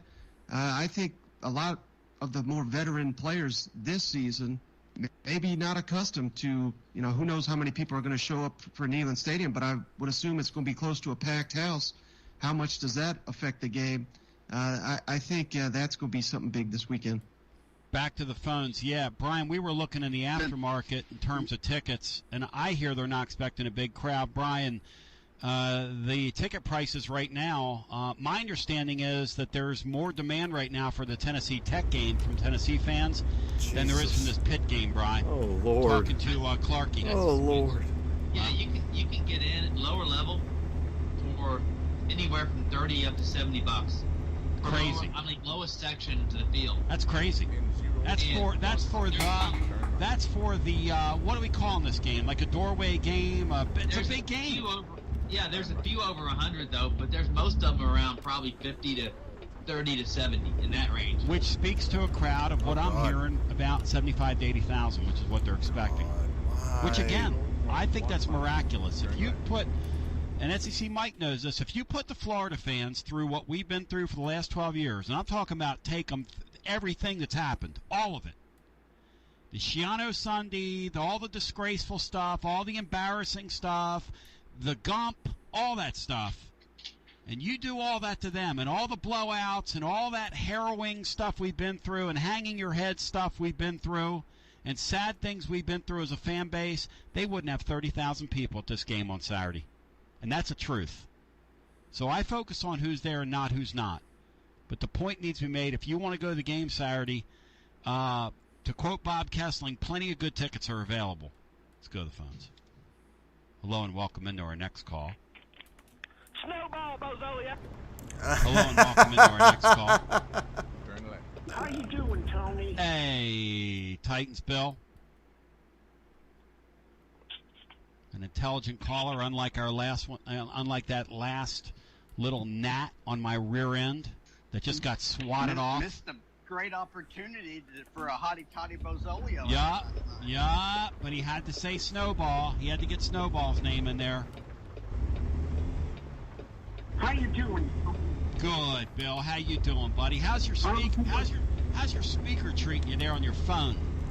Okay, hang on. Well, would you like to get off your damn speaker? I made my run, you clown. Okay, it's off speaker, Tony. It's off speaker, buddy. Thank you. Okay. I'm going to give you a little University of Pittsburgh trivia here. On another. How about on another Mae Young went place. there from I need you to phone 1944. up right now, SEC Mike Bratton, who you Titans, Bill, are getting ready to take under wing. Take him under wing right now. Go ahead, Bill. Okay. This ex-University of Pittsburgh player also had a phenomenal career with the Detroit Lions. He later became the head coach of the Detroit Lions, and he had at least 4 ex-VFLs that were his teammates.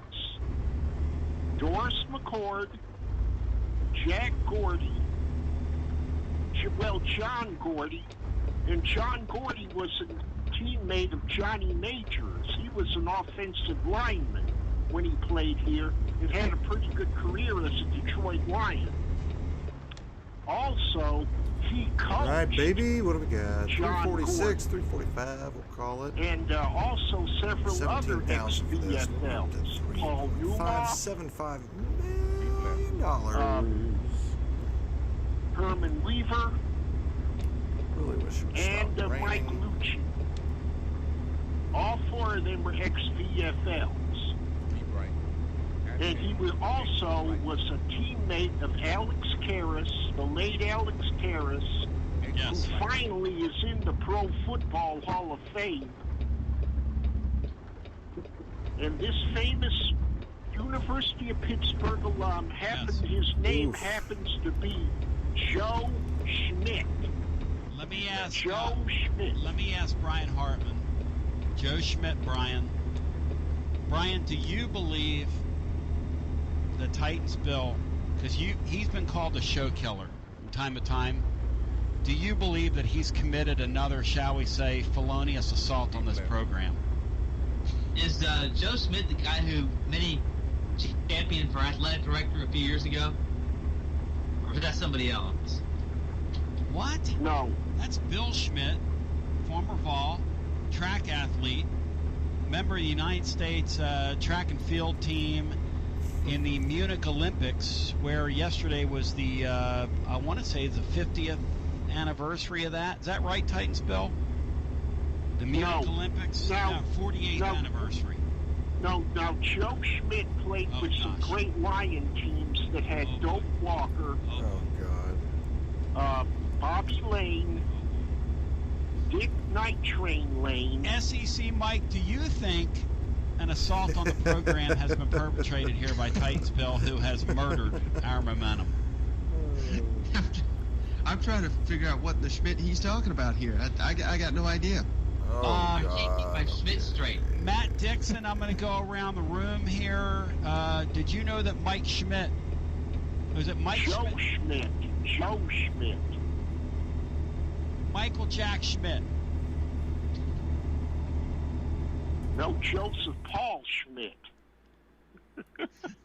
Matt Dixon, your thoughts on Titans Bill's handiwork here? Because he's leaving fingerprints at the scene as we speak. The weapon has been dropped on the ground. Matt? Well, yeah, definitely a felonious assault charge I coming mean, for Titans Bill. You've taken this show and you've like beaten it with a baton, or I mean, what are you doing? And he had a phenomenal career when he played linebacker for the Detroit Lions. Brian, is he coming off? Great teams out of the 1950s. Is he coming off of this, Brian, or is he just going to continue flogging me? What are you doing to my show? What are you doing to my show, man? I'm just giving you a little history on the University of Pittsburgh and also the University of Tennessee. He also was a teammate of several ex-VFLs. One of them was John Gordy, who was a teammate of Johnny Majors. Titans, Bill. Now, I love you. But next time we talk, you better come correct. I am correct, Tony. I am correct. And he's in the Pro Football Hall of Fame. He's in the Pro Football Hall of Fame. Titans, Bill, thank you. What an 865-200-5400. Oh shit, that was great. I mean, oh, he's gonna be mad at Tony tomorrow. Yeah. No. Yeah. Or from our convenient app. So they say. See, Mike knows this. If you put the floor, what? No. That's Bill Schmidt. Dick. Look, he had a phenomenal career when one of them was John Gordy, who was a teammate of Johnny Majors. Titans, Bill. Now, I love you. But next time we talk, you better come correct. I am correct, Tony. I am correct. And he's in the Pro Football Hall of Fame. Titans, Bill.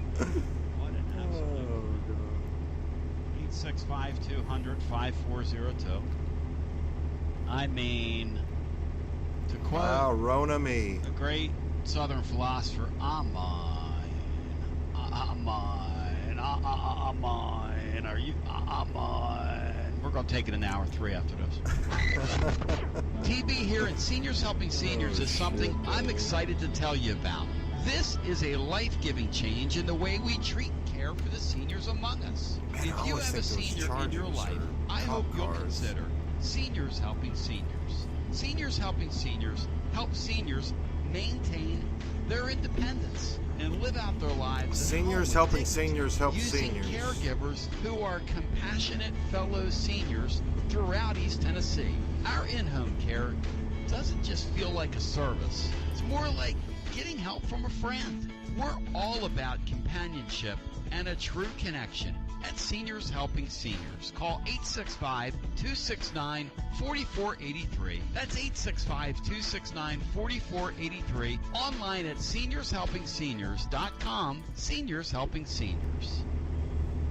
Tony Basilio here from my good friend Marcos Garza in your Garza Law Firm. Pretty jacked up that it's football time in Tennessee. How about you? Well, I still have word of a troubling development and what we can do about it. Because carpetbaggers remain in our area. Out-of-town law firms, carpetbaggers, have been swarming into East Tennessee lately. Firms from Memphis, Chattanooga, Birmingham, they've stormed into our area. You've seen the ads on television. You've heard some of these new ads that are popping up on radio. Let me ask you a question. Wouldn't you rather do business with somebody that's live and local? A local law firm? You know, a true neighbor. Marcos Garza and my friends at your Garza Law Firm are exactly that. These are your neighbors, your friends, our neighbors and friends. Support local causes year-round. Marcos Garza and the Garza Law Firm, always there for me when I have a need. For Fish Hospitality Pantry and also our Machi Tailgate. Just to name a couple of things. They're live and local. They're one of us. They're of our earth. The Garza Law Firm works to serve you professionally on criminal matters, injuries, and accident matters. The Garza Law Firm is here for you at GarzaLaw.com. And they will be for many, many years to come. Live, local, one of us, one of you. The Garza Law Firm. Let us help. It's the final Taco Tuesday tonight at Smokey's Ballpark, and it's Peanut Free Night, sponsored by the Allergy, Asthma, and Sinus Center. Get your tickets now at Smokey'sBaseball.com.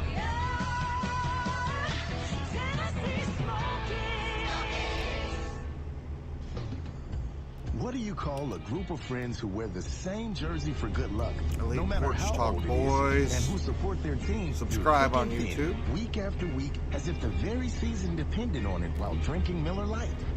You call it Miller Time, all football season long. Here's to the original light beer. It's so Miller much. Time.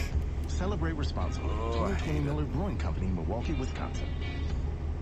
Adam Buckles is your Medicare specialist, your go-to guy when it comes to Medicare and your Medicare needs. If you're 65 and over or on disability, you owe it to yourself to call Adam Buckles. Adam is licensed all over the Southeast to handle your Medicare needs. Adam is a VFL to the core and wants to help you find the right plan for you. Look, there are many options to choose from. Even if you're already on Medicare, Adam might just have a better plan for your needs. So take it from TB. Call Adam Buckles at 423-213-7655. That's 423-213-7655. But don't just take it from me. Take it from Titans B. Call Adam Buckles.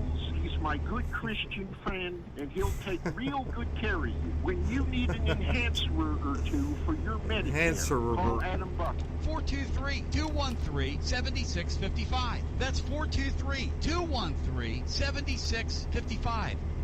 Say it, kids!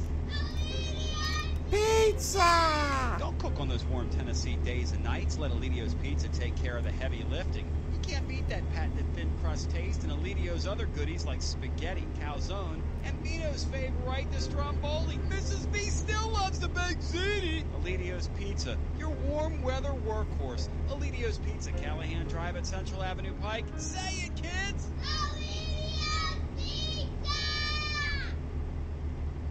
Basilio here with Scottish Chuck. Tony, I might be Scottish, and my name may have a variation of Chuck, but that's not why we're here today. We're here today because Sensible Roofing Solutions is now SRS Renovations.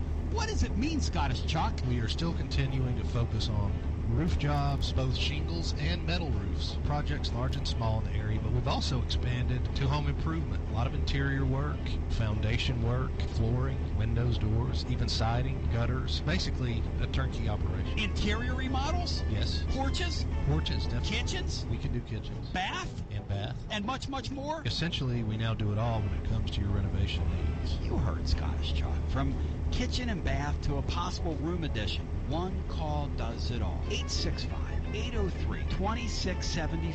Check out the work on Facebook at SRS Renovations. See the link at TonyBasilio.com. 865-803-2674. On Facebook at SRS Renovations. Say it with me, Scottish Chuck. Big boy Flying J over there. Renovation. Yeah, Haslam family. 865-200-5402 to welcome you back. Welcome back, Tony. On your Tony Basilio show. www.tonybasilio.com, SEC folks. T-Club.team is joining the at cast Tony of Basilio on characters, Twitter. including follow Matt Dixon, who is a great write-up today over at T-Club.team, our free blog every day. A couple thousand words up for you today. Tomorrow, Kyle Blackburn is going to celebrate the sport of college football there with his observations on week one, which were he's got some really great stuff as to why college football is supreme, and it is just supreme. It's just it's a beautiful thing. SEC Mike, tell the living listener where they can find you before we go back to the phones and continue the conversation going. A word about your YouTube channel and all that stuff. So if you just search SEC Mike, I'll be the first thing that comes up. And the show's called That SEC Podcast, available every platform, Apple, Google, YouTube, Spotify. Things really blowing up this year as I've gone out full-time on my own, so I appreciate that plug. Back to the phones we go. What'd y'all think of the Ole Miss game last night, by the way? And whose idea was that to put that on national television? And whose idea was it to gamble? Tony? A buddy of mine took Louisville. Like, what in the world? God. Take your money.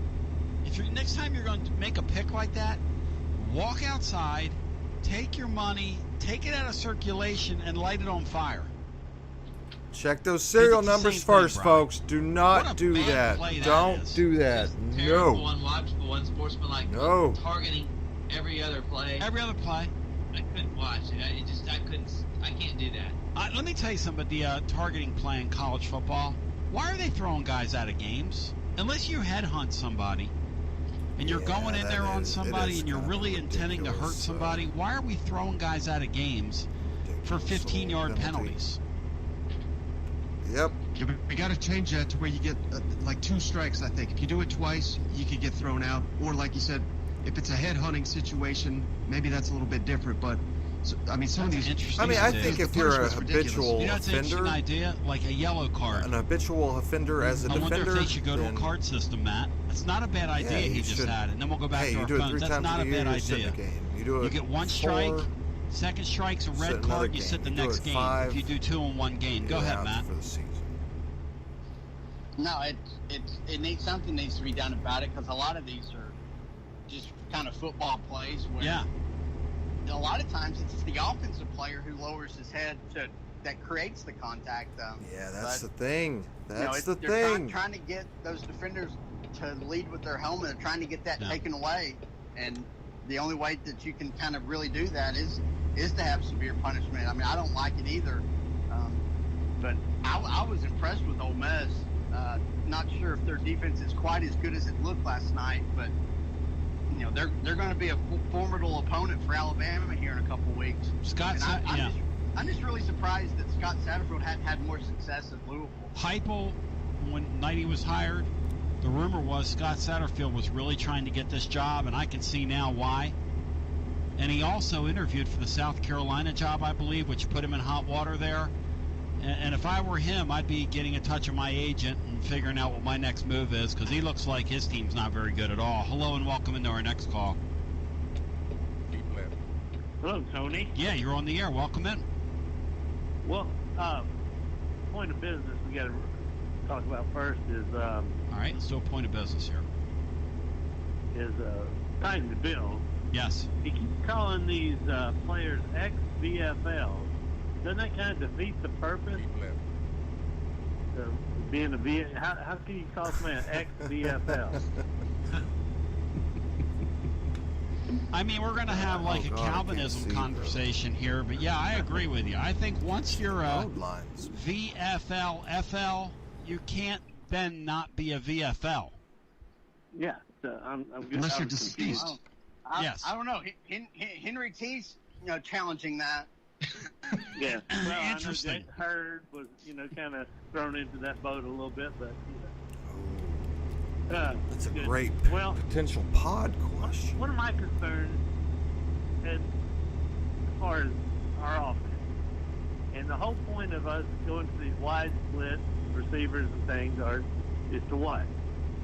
Widen the field, making the DBs get out there and cover. Yep. But the way I'm concerned, the way he throws the ball, Milton throws the ball, you got to have touch to throw those outside passes, those back shoulders, those different, dropping the balls in and stuff. And he throws such a flat ball. The natural thing is you're going to be playing inside on those receivers anyway, because he's going to have a tough time if he doesn't get better dropping the ball. All right, down to 83 miles. I think that's yes. I think you're right on the money. And I think that unless his touch increases and improves in a hurry, hopefully I think it's going to be difficult for him to stay on the field now. I hope he plays really well Saturday. He's going to have to play a whole lot better than he played against Bowling Green, because he looked like the same guy that we saw him film from Michigan, unfortunately. Another great question I for don't the know. pod tomorrow.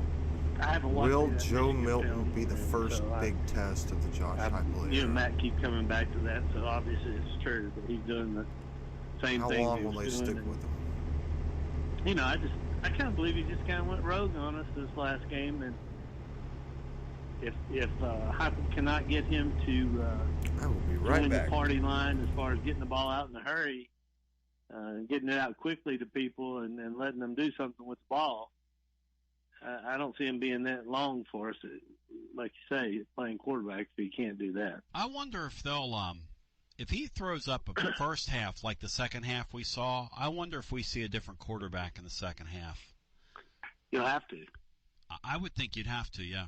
I would think you'd have to, and then you got to assess where you are after that. I would think you'd have to almost. All right. So where does that take you in your mind? I know you were. Well, Hendon Hooker's the next guy in. That's because they showed that the other night. That's who they played. He's second team. Well, and I agree, and I think the situation. I know they wanted to see what they could get out of Milton here, and he's got 3 years and everything, and Harrison Bailey's got time as well, and Hooker only has a year. But if they're not enamored with Bailey, and Milton continues to struggle, not really shine for him. Yeah, if you have to go with Hooker for 1 year to get you through this year, I have no problem with that, because if it's to that point, that means you probably don't have your quarterback of the future on campus anyway. I hope we don't get to that point. I will say the goal this year is to catch enough fire that you can turn some heads in recruiting, right? And maybe shake some guys. Walter Nolan in December and February. Go ahead, Brian. Well, how ironic would it be if the quarterback that Pruitt that committed and committed to Jeremy Pruitt, in January became the quarterback over the guy Josh Heupel brought in, being the fact that Pruitt is exactly the opposite of a offensive quarterback. It would be so Tennessee football. Is what it would be. What if the defense that Heupel has now turns out to be the strength of the team? It would be so Tennessee football. It'd be so Tennessee football, Brian. It'd be so on brand. It's not even funny. All that's on brand. Yeah. The defense looked, and just a little flash there. Yeah. I mean, they looked as well as we could judge them against Bowling Green. They looked better than anything that he put up with in recent history. I tell you what they're going to say. They're going to see a very good quarterback Saturday. That defense is. We're going to find out a whole lot more about them. And thank you for the call. As I'm up against the end of my hour here, to the radio listener, I want to say I love you. To the rest, stick around, hang out, see how long it takes me to lose my voice, because I've got some of those gremlins in my voice that you get when you sing power ballads. In the meantime, we love you. God bless. Go Vols, radio listener. WJBE 1040 AM, 99.7 FM. Translator W259AP. Powell, Knoxville. To the rest of us, we sit, we kick it, and we're going to hang out here. Hell yeah! 1,000 strong joining. If you want to jump in, as lines have been jammed the entire day, as they will stay throughout. As I reset our panel that we have, Brian Hartman, SEC Mike Bratton, Matthew J. TGMD, the great Matt Dixon. The number is 865-200-5402. On a day that Paul Zeitz started out with us off the jump, he of 93.7, The Fan in Pittsburgh, does a 6 o'clock at night program. Brian reached out to him and said, would you like to do this? Oh, yeah, I'd love that. Great guy. What we learned from him is that Pittsburgh has had a real bugaboo in games like the one they're getting ready to play in recent years. They have had a lot of difficulty in winning games like this. Matt Dixon went further and said when they play games like this on the road, in recent years, they're 1-6 in these games during their coach's tenure. Now, I happen to think a lot of him. I think they're very well coached. I think Narduzzi does a nice job. He's Italian. We stick together. Matt, have we determined what his one Power 5 win on the road was during the stretch where they've gone 1-6 in his 7 years there? Have we determined what that win is yet, Matt? I have not. I remember I looked at it twice and I couldn't find where the win was. but that 1-6 number against Power 5 teams on the road was from Phil Steele, and I trust him. But when I looked at it, I couldn't find where the win was. I'm not the smartest person in the room. Yes, you are. Ryan, any idea where the one win is? No, but I'm going to look over their schedules here for the past 5, 10, whatever, and see what it might be. Yeah. I think I know what it is. Go ahead. I think it's UCF. No. Power 5. Power 5. Oh, Yeah. okay. I think it's Power 6. I mean, you could lump them in. They might as well be a Power 5 team. But they lost What that in the hell is They this? lost to Iowa, right, Bri? They lost at Iowa and at Notre Dame. Yep. Or no, actually, no, Notre Dame was at home. Right.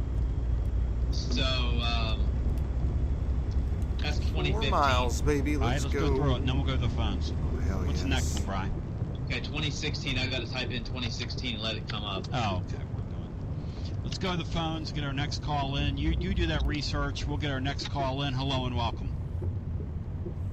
Tony, I got a question. Hoping Matt J can shed some light. Matt J, share some light for thee. Go ahead, Matt. Go ahead, thee. Off the cuff, it seemed like most of the completions that Milton did make were shortened to the left. Back most of the and to the incompletions left. were long and right. And should have had one picked, I guess, when 4 come back and went over the back and bailed that one out. But it seems like he likes to throw to the left quite a bit and looks that way. If I were Pittsburgh, I'd dial that defense up on his right. No offense to Cade Mays, nothing to do with him. I would do a delayed blitz over there because he's going to stand back there. I'd give him a false sense of hope. And then all of a sudden, I'd shoot a delayed blitz over there. Excellent. I mean, Took us 31 minutes. If Bowling Green can 63 strip sack gallons of him fuel. head on like that, Her 65th what could Pittsburgh contract do? completed. They got a lot better athletes. Look at that, And what side did they take him from when they strip sacked him? Same side, right? You were talking about. Yeah, he's coming from his right. Yep. And basically a head on, kind of like a JG. Yeah, he never felt it. Yeah, he never felt it. Yeah. 400 miles, $7,000. What do you got anything on that, Matt? In your study, have you seen that? Does the offense, is it just something? That's what Heupel likes, or is this a Milton like? To the left. Well, when he was in Michigan, I noticed, and I think I even wrote it on the piece I did for the blog, that he tended to look left and throw left a lot. And that's what he did against Bowling Green. I think that first drive, when they went right down the field, he never looked even inside the hashes on the left side. I mean, every throw was out there to the numbers. So it's definitely kind of a trait that is who he is, and opposing defenses are going to know that going in. So it's going to be an interesting adjustment to see how that plays out this week. Brady, that's great observation, especially with the analytics age we're in now. They have all that stuff broken. They have that stuff broken out. I'll tell you another thing I'd do, Tom, is I'd be in tight coverage. I'd probably have penalties for holding outside of 5 yards for bumping face. I don't even know if those penalties exist anymore. I'd ride those guys so hard because, and then if they do happen to get behind if a receiver gets behind them, I'm thinking if it's a 20-yard route, he's going to throw that ball so flat. I kind of want my DB on the backside anyway. Because he's going to throw it over. All right, we got 200 miles. We have another Joe Milton fan here in our fan base. What do you know, SEC Mike? Sounds like this guy's high on him. I mean, here's the thing about it. He just did not look good the other night. SEC Mike, he didn't.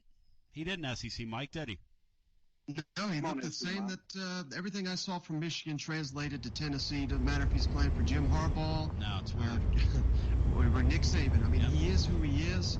And it's been clear since the moment they added him, that's their guy. I don't think they gave Hendon Hooker an actual look this fall camp, which if you go back and watch what he did in 2 seasons, Joe Milton started, I think, 5 games. And he looked great in 2. He looked horrible in 3. Whereas you got Hendon Hooker. He's not an all-SEC caliber player, but he's very solid. Started his career 6-0, which included a comeback win on the road, first ever start against Manny Diaz's Miami defense. I don't know what they're thinking by starting Joe Milton, other than he can throw the ball a country mile. But Tennessee doesn't have any 9-foot receivers, so what's the point? Right. I'll tell you one thing. I think they missed an opportunity in that second half to get some snaps on tape. Great point, Mike. Minute 18, they could and I agree with that. Nerves are there. So that kind of sticks in my craw. What about, what was it? Oh, yeah. Jeker called in, and he sounds like he's in really good shape this morning. Well, I thought Marty was dead. Did you say Marty was dead 2 weeks ago? Thank you. No, that was Freddie. Freddie's Dead, and that's a song that... Who did Freddie's Dead, Bri? We used to play that bumper. Curtis Mayfield. Curtis Mayfield, thank you very little. We play Fountain City Ramblers. We do a great version. Lauren sings a heck out of it, of People Get Ready. And Lance plays the lead, and that's beautiful. But we do a great version of People Get Ready. We take it to church. Your Fountain City Ramblers. We had a great crowd the other night out where we were at Corner 16. We ended up playing close to 4 hours after being up all night, Matt. What do you think my brain felt like, Matt, Saturday and Sunday? What do you think it was like living inside my brain? Not much, but I don't know how much that differs from usual. But I was slow all weekend too, Tone, and I didn't even go out and play some songs Friday night. It took me a couple of days to recover from the first game too. Yeah, and it's weird. I got like 20 years on you too. Think about that. Let's go back to our phones. Hello and welcome into our next call. Tony B. That's my man right there. Here Florida, we go, got baby. SEC Mike, and he talks SEC, and you unfortunately talk Florida. Well, that's all right, Tony B. But here's my thing about Joe Milton. And he came, by the way. Florida came Friday night. He can tell you whether we're good musically or not. He was Florida late. keeps it a hungy. Show. Okay. Yeah. I mean, I'm gonna come back the next time you go somewhere. Tony. Really? Yeah, I'll be there. Bro. I'm honored, man. Thank you, Florida. Yeah, I'll be there. I'm gonna be head to toe in my gear, but I'm coming, Tony. Brian, will you come out and meet Florida next time we're out at a spot? Yeah, I do. I want to do that. Yeah, he's great. I wanted to this weekend, but it didn't work out. Tom Marine and family clapped for him. Fake Aaron Rodgers came over and said hi to him. We had a couple other people. A couple women were posing for photos with him. It's pretty unbelievable.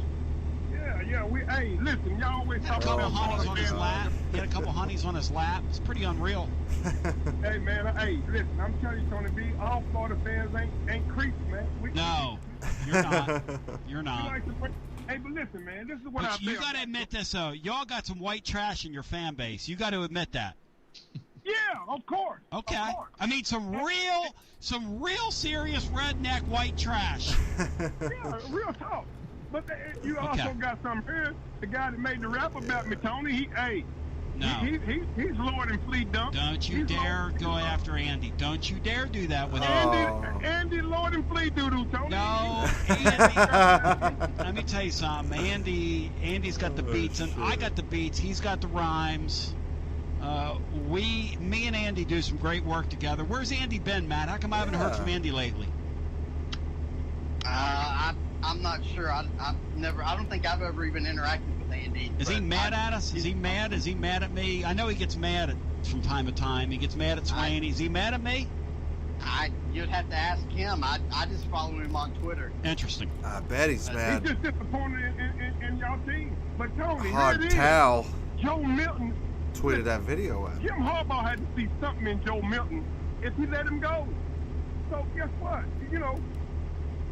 Something was wrong with him and hey, if you're a good guy, he's gonna say, hey, bro, don't leave. We got something for you. If he's that good, that's why they let him go.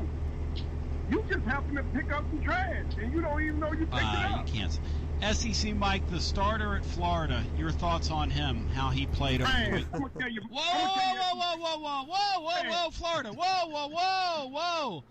SEC Mike, what was your take on the starter from Florida and his performance over the weekend? I think if I'm a Tennessee fan, I'm crossing my fingers, hoping that Dan Mullen sticks with Emory Jones for the Tennessee game, because if that happens, Tennessee may actually have a shot in that one. Certainly looks like the backup, Anthony Richardson, a younger player, has got a much better skill set than Emory Jones. Never been a big believer in Emory Jones, and the way Dan Mullen's been inserting his quarterbacks in and out of the lineup, it didn't make a ton of sense there in the FAU game, and I think it hurt him. Matt, I believe Florida has a quarterback controversy, and if we get a true freshman quarterback, Matt, that could be a layup for us. Matt Dixon, say it out loud, say it right to Florida. From your lips to God's ears to Florida's brain, somewhere in between. Go ahead, Matt. well, it's never going to be a layup, but that quarterback controversy, it usually never turns out well until you decide on one, and they're probably not going to have one decided coming out of that Bama game. They're probably both going to get whipped in that one, and it gives Tennessee a fighting chance, and whenever Todd Grantham's got a defense out there, there's a chance you can light them up. So, and let me hear the fear. Now, this is Florida. This is time for you to play your part now on the phone call. Emory Jones, say it with me, starting quarterback against the Vols. Say it with me, Florida. Go ahead. Trash. But we found out, I told you beforehand, Tony, I told you he was trash. And I told you beforehand that Anthony Richardson was going to come in there and rip up the league. Brian, didn't I say that, Brian? Didn't I say that, Brian? Yeah, I heard you said that yesterday. Yeah, and I said it before. I said before then, I said, if Emory Jones mess up, we got a freshman quarterback that's going to come in there and rip up the league. Hey, listen. When's the last time a freshman quarterback came in here and ripped this league up? Are you crazy? This is the Southeastern Conference, brother. This ain't the ACC. That's SEC Mike on the line, not ACC Mike. What's the matter with you, Florida? SEC Mike's going to know when y'all come down to Gainesville and y'all come into the swamp, that freshman is going to rip your head off. Bull! Freshmen don't do that in this league. Man, give me the last freshman to rip the league apart. Go. I don't have any, but did you? Exactly. I tell you what, do some research tomorrow. Come in here with 5 names. You can't come up with 5 names. It doesn't happen in this league. I don't want to come up with 5 names, Tony. I want to talk about Anthony Richardson. That's what I want to talk about, Tony. And you don't want to talk about him because you were scared. The fear is in your voice, not mine, Tony. Some 18-year-old kid? Some wet behind you. Look, in time, he's going to be a nice player. Oh, don't get me wrong. Great. I'm not denying his skill. But he's gonna match wits with my man Tim Banks. You come and apologize to me on the 25th, Tony. Bull, what? No, I'm not. I'm not apologizing for anything. Oh, You're going to wake up and apologize to me for saying this stuff to me. And I'm mad now because I don't want to talk to you no more, Tony. Well, damn it. I'm surprised it took this long for Florida to snap on you. Well, damn. Bino says it's made a nice Florida fan angry, and he hung up on me. Florida is in a tough spot, though, just because they play Alabama here in a couple weeks, and you can't throw the kid out against Alabama. You know what? Well, that's the point, and that's what Matt said. Didn't we do that so with the freshman quarterback a few years ago? It's probably going to be against us, I would think. Unless, look, I'm just going to keep it real.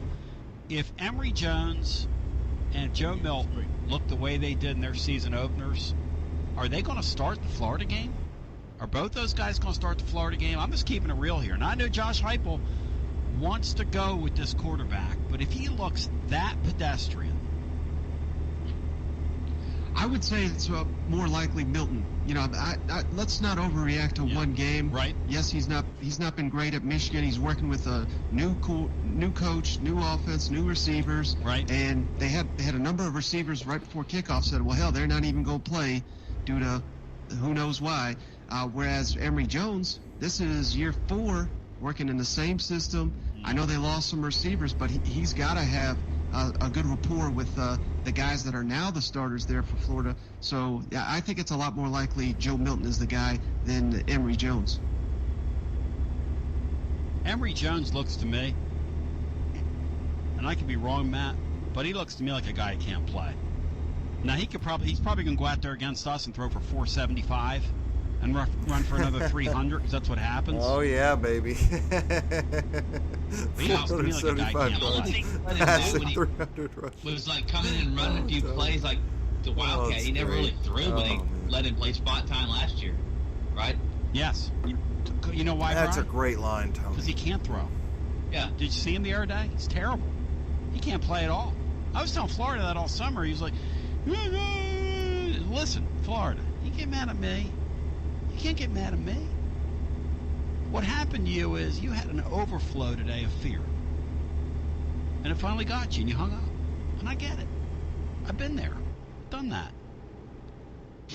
Matt, do you believe in your heart of hearts that both those starting quarterbacks will go into that game starting as the starting quarterbacks for their teams?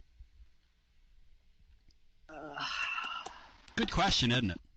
Yeah, I would probably go with yes, but I wouldn't be shocked if neither of them are starting by midseason. But it's, they're both in kind of tough spots because it's just that early in the year. Yeah. You don't want to give up on the guy as your starter this early, but you might have to. It's interesting. If Felipe Franks doesn't get that injury, I think he would have probably been the quarterback that year against Tennessee instead of Trask. It took an injury to get the right quarterback on the field. Boy, that's a really good point, Brian. That's a really good point. He looked. I mean, you talk about pedestrian. How he's in the NFL is really. Who'd he stick with? Who'd he stick with, Brian? The Falcons, I think. I think he's a backup to Matt Ryan. What in the world? I mean, he was like a Heisman finalist last year. Oh, you're talking about Kyle Trask. I thought you were talking about Felipe Franks. I was fixing I'm talking about Felipe Franks. Oh, I was fixing to walk outside and pause for a moment of silence. Felipe Franks is in the NFL, Brian? No way. Brian, Felipe Franks is in the NFL? I thought he was a backup of the Falcons. WTFWTH. Hello and welcome into our next call. Good Lord. Let's not get off message, Tony. Yes. Let's stay the course. Yes. Let's be on point. SEC Mike, I want you to hear me really close. Yes. There's one message that should be promoted this entire football season. Okay. It's this. It's that off the field, Alabama has to be destroyed. I don't care if it's a honeypot situation. I don't care. I almost can't even fabricate what it would be or think it up even. But can we not finally? First if you want to have an impressions alliance, of Wyoming here is it's are these guys so dumb? very They're about similar to, to Utah. A lot of the roads there. These people ruined the entire game. A couple of beautiful little stretches on the interstate. I don't necessarily want to put a whole lot of Decided to stock in explore this guy, more but of it.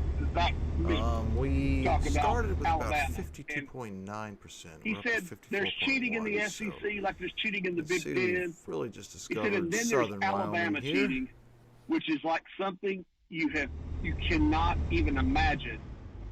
And he was explaining that some of how the SEC office, starting in 2006, you can't report anyone to the NCAA directly without first going to the SEC office. He said, because Tennessee got him the first go-around just like that. I think he has some credibility. If nothing else, he's promoting what I like. So that's the way it works nowadays. Can we not somehow get rid of these people? No. But we can ignore them. That's what I'm saying. Pat Summitt, you know what she'd tell you to do? She'd say, people got to quit playing them. Continue straight. Right? She just didn't have enough people behind her. She saw coming on with Gino. Yes. She saw the deal. I mean, but until these other SEC schools, they just keep. And he was asking about the Oklahoma move, and he said, well, Alabama has to get more people compromised. Boy, what an entrance here. Pull them in. Pull them in. I don't know if that's true, but I kind of liked it. Good Lord. I mean, I think it's ridiculous. You're good, but you're not that good every year. I think it's less of an Alabama problem, more of a Nick Saban problem. What is it, Mike? Nick Saban is the problem, not Alabama. No question. No, Alabama's the problem. No, Nick Saban's part of it. It's always been the problem in Alabama. It's not new. No, it's never. No, come on. It's never been like this. No. Nick Saban is the problem. Nick Saban, if he stayed at LSU, they would have won 10 national championships. He's the problem. He's the best. Well, look at Alabama's history before him. They almost got the death penalty. Yeah, Do you think these people had a change good. of heart? But they weren't any good before they almost got the death penalty. Now they have him, and they're the Death Star. They were winning SEC titles with. No, we owned them in the coaches. 90s. We had a winning streak against them till he got there. They're the Death Star now, though. They are out to create pestilence across the land with the rest of college football. You have an entire state behind it that has said we're gonna What a win. great call. That's just the way it is. Cecil Hurt on your show, Tony, said they made a commitment at the state level that they were going to win. No question. They got the cops in line. You heard. Politicians, cops. You heard Gumpy last year. Oh, definitely. Yes. When our guy was getting arrested, who was it? It was Banks, right? He told the police officer. He said, "Well, I mean, where I'm from, we didn't do this. What are you're going to bring him in? You're going to arrest him? He broke a law, and you're going to arrest what? Where he's from, they kill cops. We didn't do that where I'm from. Look at how careless they were in cheating here. I mean, they were just so brazen that down there, that's just expected, and they know they're not going to get in trouble doing it. Be right back for a recap in the next one here. I mean, seriously, these other schools, they're cheaters too, but this is on a different level. I mean, think about this. Even Urban Meyer couldn't get by with this stuff. I mean, and then Nick Satanic down there roaming the sidelines with his hair, and man, I ain't gonna lie. Whoever does his hair, it's pretty good color. Tony, oh my gosh! I mean, it's pretty good. On that one commercial that he does, he looks pretty good there. Who's he do the Aflac commercial now with, guys? Where he's out there and he's trying to show it. It's Deion Sanders. If you look when he walks away, he's got that spot in the back of his head colored brown. It's the most next level thing. And that old man brown that old men do, I want to live 10 more years so I can do that. The old man brown, that's the greatest thing in the world. I love old man brown. I'm for that. I kind of miss the 70s hair dyes, though, where you didn't try to put any gray in it or anything. Oh, no. Straight black. Straight. Just color. Just straight on black. It looked like some of my aunts. Your hair almost turns blue. Yeah. But, I mean, that is just ridiculous. I mean, when you're down there and you're watching, I mean, Tony, are they going to ever say anything about this? I mean, the media, they're not going to say anything. Are you kidding? The media, they worship Nick Saban. That's ridiculous. They're scared of him down there. Quarterback, man. That kid's a player. Who is? Down there at Ole Miss. Ole Miss is quarterback. That guy's a player. I love him. Boy, he was good last night. How long before Durkin takes that job? Corral can really play until Durkin gets $3,700. Till he gets Kiffin's job. $342. Yeah, one of them will do something stupid. I kind of think Lane might go first this time. We got two dang good coaches on that staff, and both of them. I mean, DJ, can Durkin be a head coach again? I mean, he had that kid down. I don't think so. He's very good, though. He's very talented. There's no question. He was on there smiling, loving on those kids. Oh, they didn't hugging them. Oh, yeah. Oh, I mean, he was like kissing babies on there last night. Looked like I've been misunderstood. It looked like Lane at a photo shoot for like a Hawaiian tropic calendar.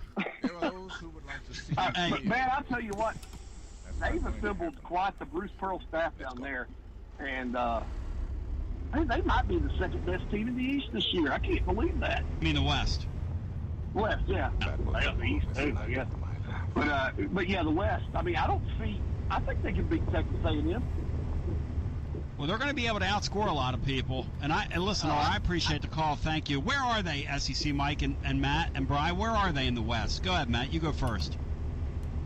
Well, at worst, they're third behind A&M, but who knows? A&M's got a really, really good defense. But if you ask Nick Saban which one he's more worried about, I bet you it's Ole Miss instead of A&M. Well, should we be careful not to discount? I don't know how bad Akron is, but Auburn put up 60 over the weekend. No, I think Auburn's the worst team in the West, and I think Texas A&M may be the best team in the West. I think they're that good. The quarterback threw 3 interceptions last week. They still blew out Kent State, led the nation in 25 plays of 10 or more yards. They're that's enough. That's enough on that Mike. Offensive side of the ball. I think they got better weapons. That's enough. They don't have a better quarterback than Alabama, but they got better weapons around the quarterback down there. And I think Alabama's defense is overrated. It's going to be very interesting because A&M has one problem, and that's called the history of their school, and they take that into every season, unfortunately for them. It's true. I mean, they're the most irrelevant power program that gets the kind of ink they get. Like last year was their best. That was their best season since like the 1930s. Right. It's true. So what do you think about Jimbo getting an extension after that? And 10-year extension over, not winning anything yet. Why not? That's what A&M does. They are the biggest popcorn gas attack known to mankind, and they continue to stack player on top of player. What's going to be interesting is what's going to happen to their recruiting pipeline once Texas enters the league, because they lose a selling point. That's got to gall them. So they've got to make hay right now while they can. Do either one of the other two panelists think that A&M can win the West this year? Yeah, I kind of do. They got I just don't see them beating Alabama. I mean, they could go. You go 11-1, that's still probably make the playoffs, which is, I guess, the ultimate goal anyway now. There are those who like to see you fail. Yep. That's not going to happen. Back to the phones we go. Let's get our next call in. Hello and welcome in. You're on your Basilio show. 340 miles. What we need. Hey, guys. Hey, Roger. Hey, man. Howdy, buddy. How's it going today? Good to talk to you, buddy. How you doing? All right. But Tony, I wanted to talk to you and get talk to you since the game. Since the game starts.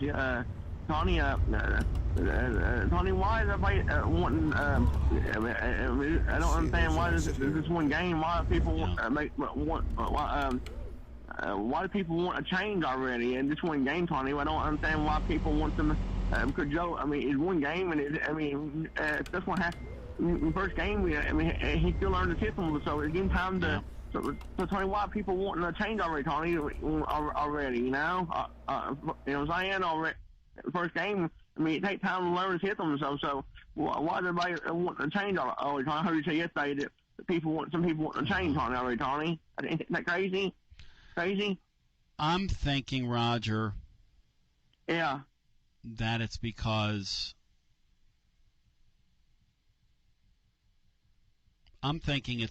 we have a book on this guy. Yeah. Already from Michigan, and I think a lot of people are afraid that we're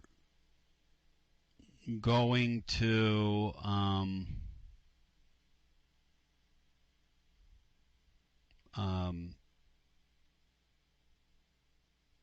that we're going to go back in the Club Gitmo. I think that's a fear people have.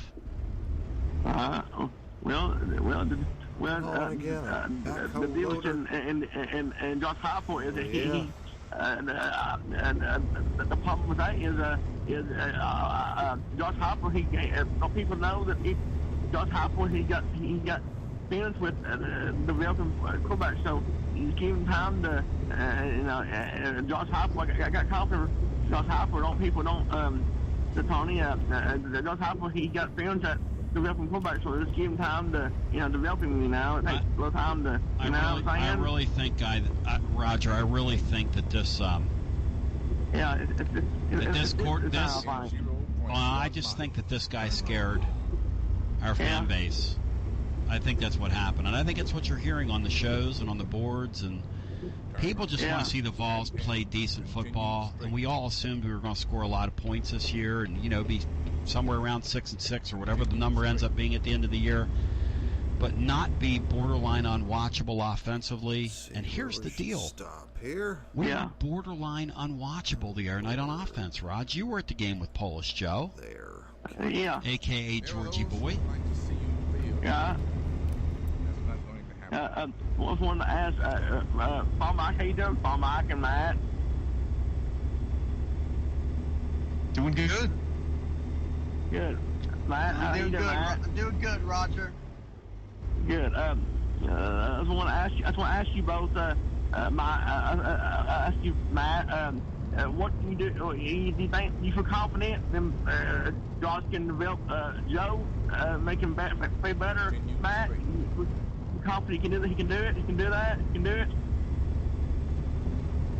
I'm confident that Heupel will have pretty good quarterback play at some point this season. So I don't know if it's necessarily with Joe Milton, but he'll give him every opportunity. But I trust Heupel with the quarterbacks. How about you, Mike? How you feel about Josh, about the Milton quarterback, about Joe? You think he can help him learn to learn? Yeah, I think maybe we're all just overreacting because we only got one game to go off of. You know, it was a big primetime game. We all got excited for it. They came out right out the gate, looked unstoppable. So we all got our hopes up sky high and then got dashed immediately. So I certainly think there's much work that needs to be done. But, you know, going back and rewatching the game, I mean, Jalen Hyatt, maybe if he makes a catch, if Joe Milton doesn't sky a couple balls, if there was one possession where Darnell Wright had 2 holding calls back to back, and they only touched the ball like 6 times that quarter. I mean, you take out these are issues that are easily correctable. You fix those, maybe they do score 50 points against Bowling Green, and we're not having this conversation. Yeah, exactly. I mean, it wasn't all Joe. It was the receivers didn't hit the ball either. Dropped the ball too, Tony. So. So it's not all Joe either. It's not all Hopper. It's not just one thing. It's everything. So let's get that correct. It's easy. It's easy to correct, Tony. Now. So I'll say this for you. I'll say this for you though, Raj. You sat on here for 4 years and carried water for Jared Garantano. Now I'm not saying this guy's Jared Garantano, but you're not exactly a good source on this, Raj. I mean, I like the guy. You're a sheep. I like Joe. Well, you're a sheep. And I love you, Raj. Raj, I love you. I stand with you. But you know, you're always for the guy in the seat. The fans, and most fans are always for the guy that's not in the seat. They're always for the backup. Yeah. Right? I know it. Yeah. Were there people at the game around you yelling to put the backup quarterback in? We're almost there. I don't know. I didn't hear anything. You didn't hear that? Okay. All right. I didn't hear anything. It was so loud. It was loud. I didn't hear anything. So it's not. So you sat in Matt's friend's seats. Were they good seats? Oh yeah. It's awesome. Yeah, that's fun. A lot of fun, Tony. So, Matt, I want to ask you about the game. Sorry, the game. How you feel about the game, Matt? Do you think you can? Do you feel confident you can?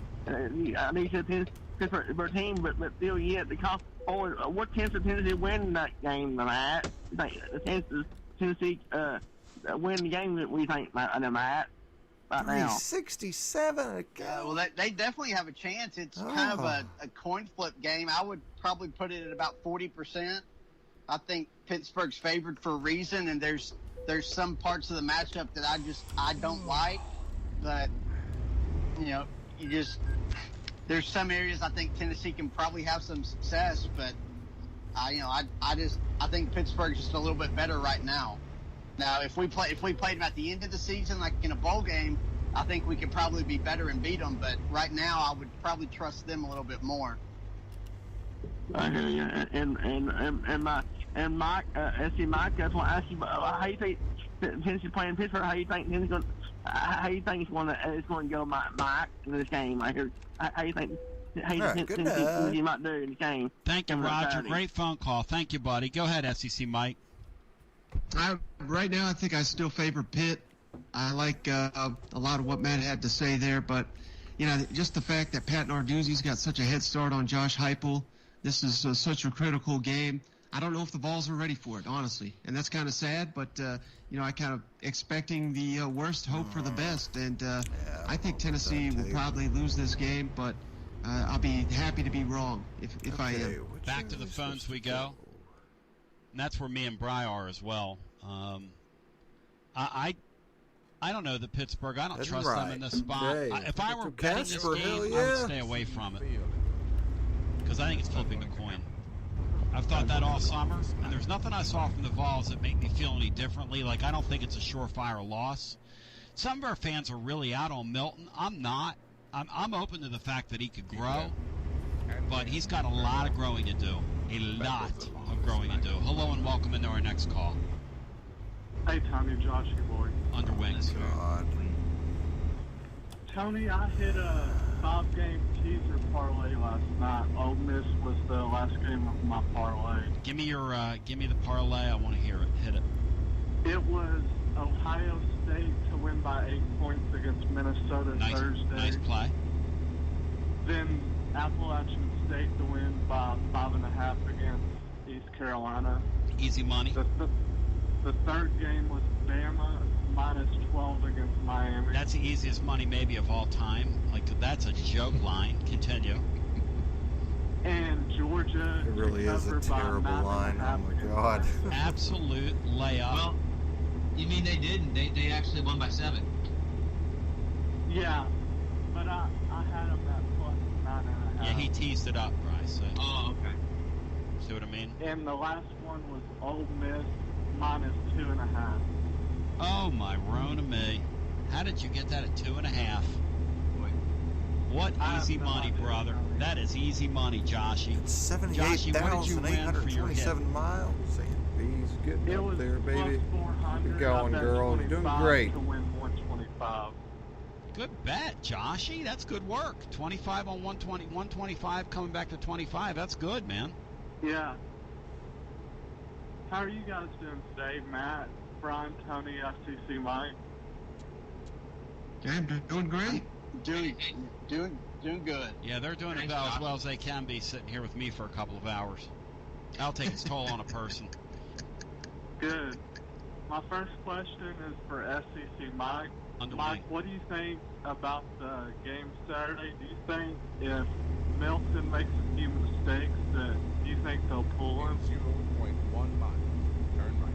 I honestly don't think they will, because I think Josh Heupel will, for whatever reason, he's dead set on this Joe Milton, and they're going to ride it out with him. And they got another cupcake after this on the other side, so I think that's his man. But my guy is Hendon Hooker, but obviously he knows better than I do, so I think he stays with Milton unless it's just, a couple pick sixes reminding us of the last quarterback.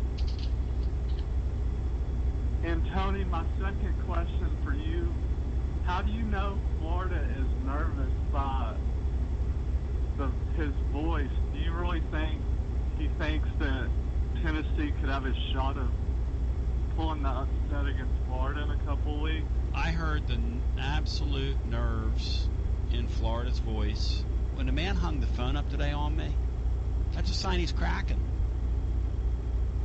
Here's the thing. Look, we're inside 2.5 weeks away from that 17 or so days. And I heard a man quiver today on the air. Florida, if you're listening, I heard you quiver. And I'm not trying to goad you. I'm not trying to stir you up. I'm not trying to draw a reaction out of you. I just heard you quiver today, and you hung the phone up. Yeah. Because the man knows that Emory Jones is going to start that game. And the man knows that Emory Jones is a hoopty quarterback on 10 continents, and there are only 8 of them. And that's the deal. Benny Hill. Yeah, he kind of reminds me of... Well, boy, we're getting closer to that 4 million mark. But he's pretty bad. I'd like to see those two guys in a skills competition. Because there'd be a lot of... if they threw the ball at plates, there'd be a lot of plates left at the end of that deal. Yeah. Know what I mean? Yeah, I know what you mean. The screens on the outside of the field would get a lot of work. The other night I was listening to to Gitmo's debut, and he throws a bomb up the midfield. Matt, you probably saw the play. Their play-by-play guy goes, Garantano back to Bass. He's going long. Oh, it's a jump ball at midfield. He goes, it's a jump ball at midfield, and the wide receiver had to play defense on the play. Matt, did he throw another rain ball, Matt, up at midfield?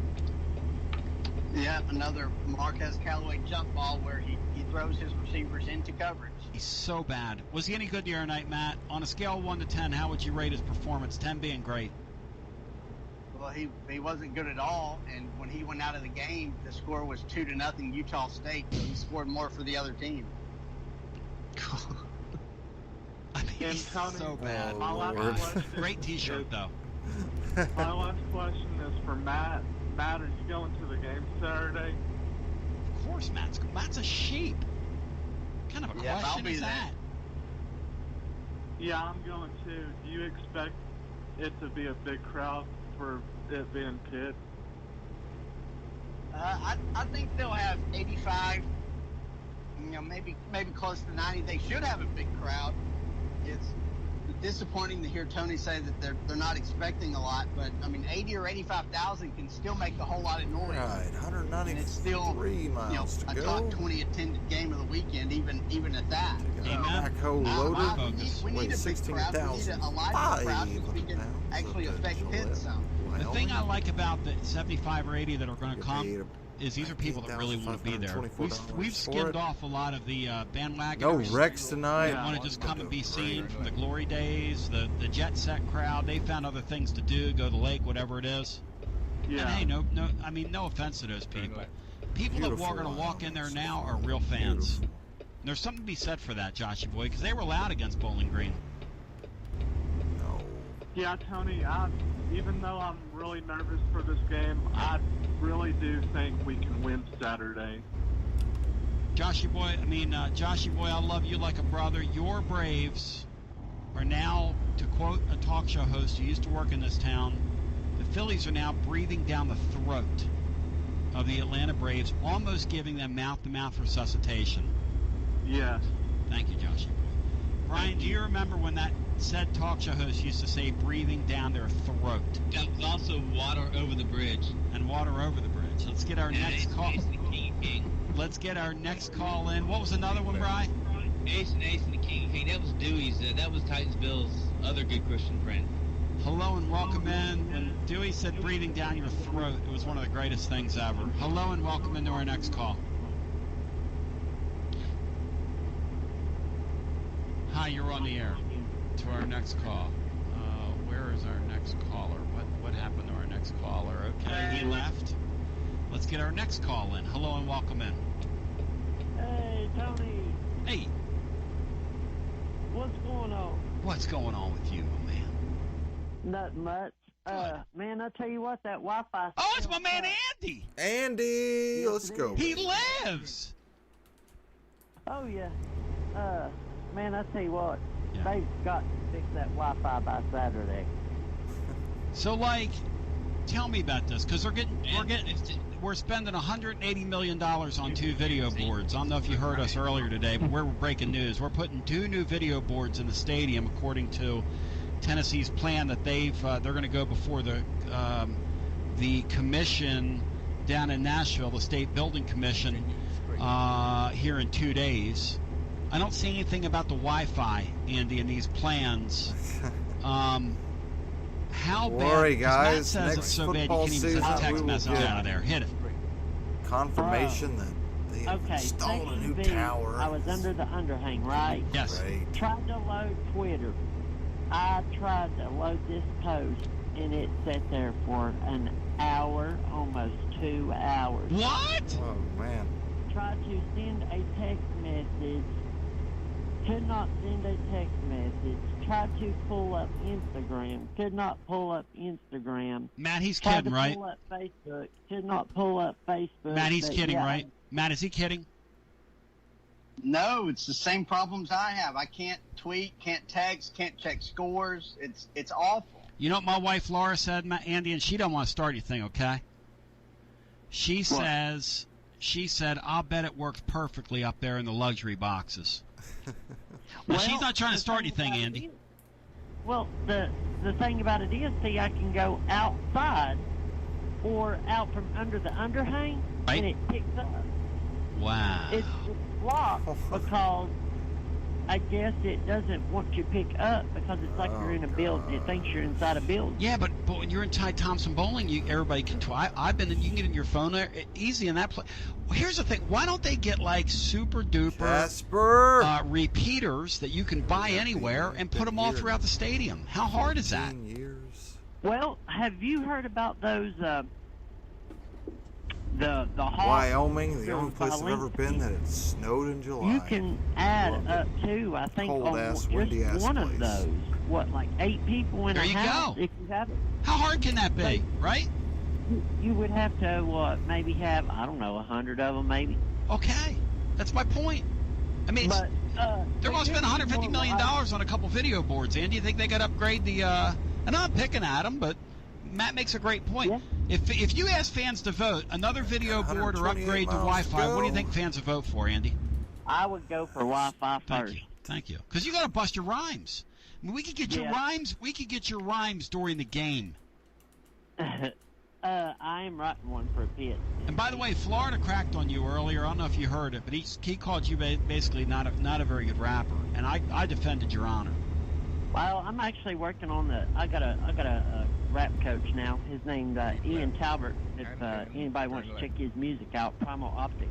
Primal Optics. He's out okay. of Johnson City, Tennessee. But and he's your rap coach. Okay. And like what? So give me a few like nuggets. What kind of things? Because I like this about you. You're kind of an open door. What kind of things has your rap coach told you need to work on? We're just working on basically delivery and speed, repetition. Yeah. Trying to work on that. Right. And just trying to get better. Like your phrasing, right? Because like I'm a music teacher, so I teach people, guitar, whatever, mandolin, whatever, that kind of thing. But you, I haven't been doing it since the pandemic, but that's another story for another day. But I have had the opportunity and the pleasure of doing that in the past, and I love coaching people. So I would say this about you. I think that you are a guy, he's probably telling you to kind of slow down a little bit and sort of get it in there with your cadence. Because your content's really good, Andy. I appreciate that. You're welcome. Yeah, the plan is I'm going to dial back the speed wise. There you go. And just let it grow. There you go. Because like they say, you gotta start somewhere. That's right. And then you build on it. Good attitude, Andy. When I'm teaching a kid buddy. to play like scales on a guitar, they want to play this super fast stuff, and I'm like, look, or any beginner, I'm like, you gotta just go twinkle, twinkle, little star. You keep playing that till you get it, and then eventually you're rocking in the free world. You know what I mean? Yeah. So you're gonna get there, Andy. You're gonna get there. You got a heart of a lion, brother. You're gonna get there. Yeah. Well, I told him, I was like, man, I'll give 100%. I was like, I have no question. That. No question. Keep right. I rewatched that game though. There was a lot of good things I think. Like what? Our defense, I was happy with it. Absolutely happy with it. Yep. I feel we'll get better as the season goes. Milton, I feel he understands now that he cannot just stand there. He's got to be more alert. I feel he's going to work this week on adjusting his power. But I'm excited about this thing. I mean, I don't know why fans are mad because, I mean, that's the first game we've really had at the first game that it was pretty consistent. I mean, we scored. It could have been a lot worse. It could have been a million times worse. But Rodney Garner, man, I tell you what, he got that defense going.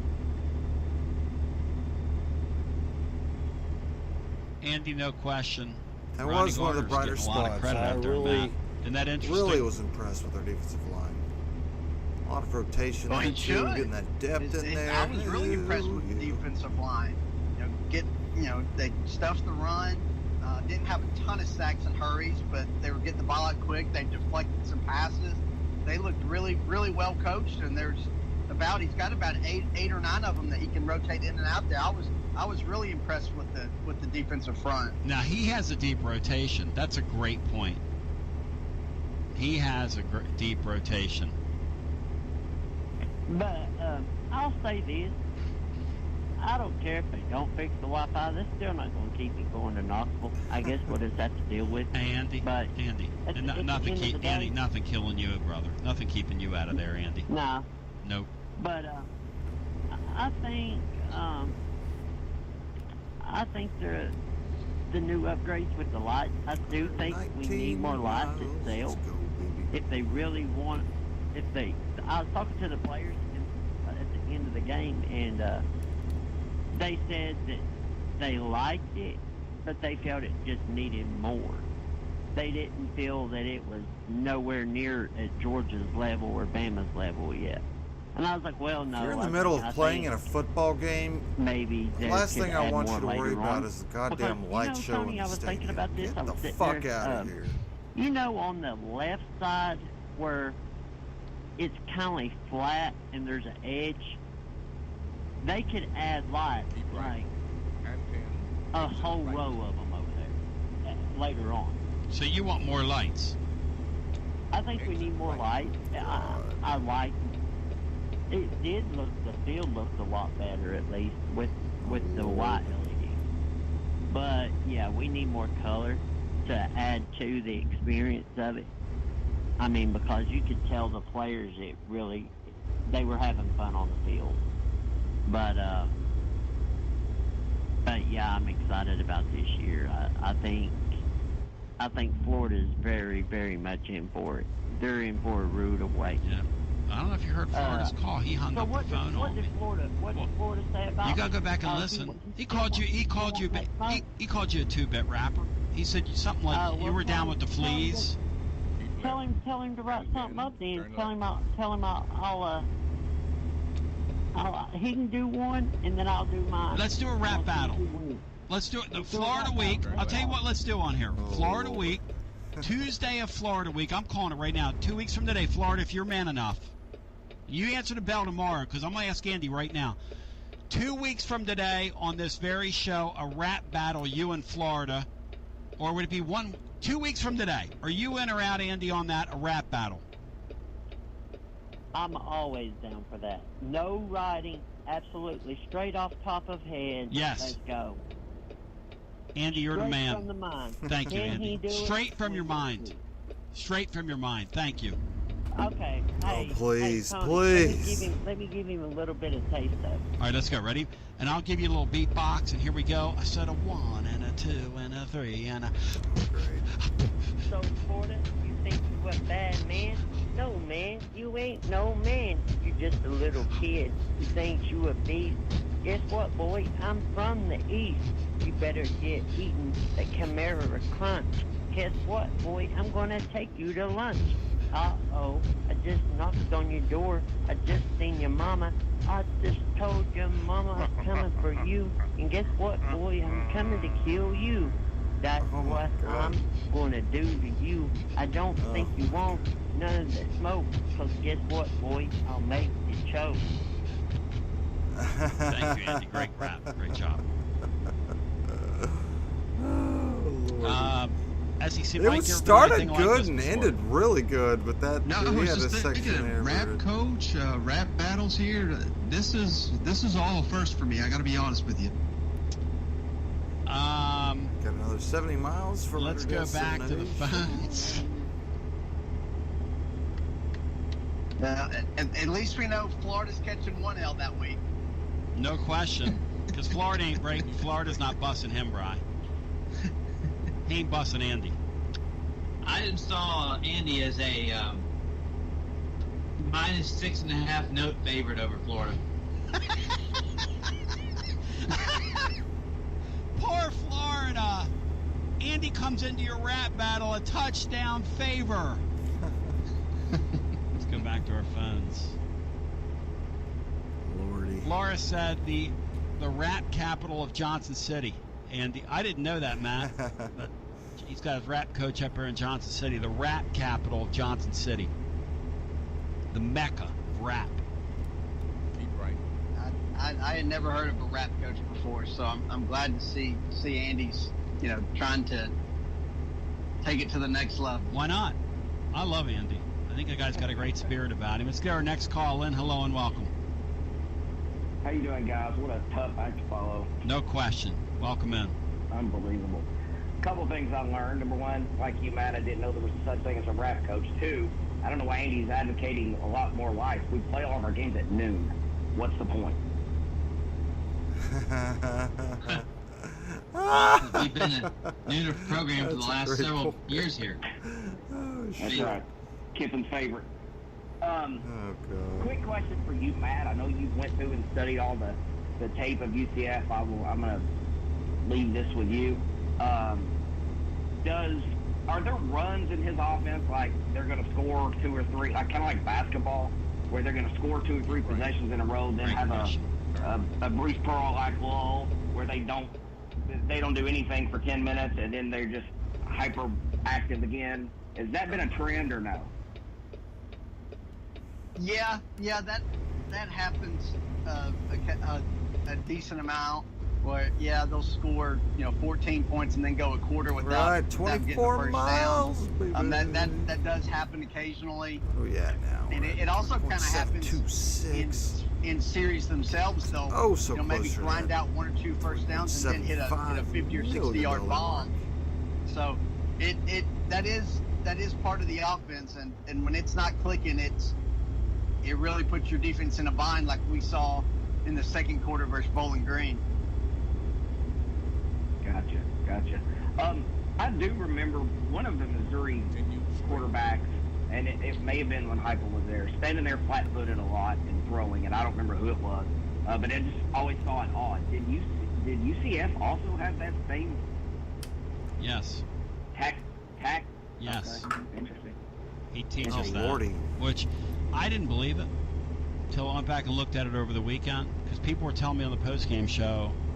He doesn't teach you to be that quiet, and that's still. I mean, Joe Milton looked to me like they were commissioning the 5th statue the other night. I couldn't. I was like, what are you doing?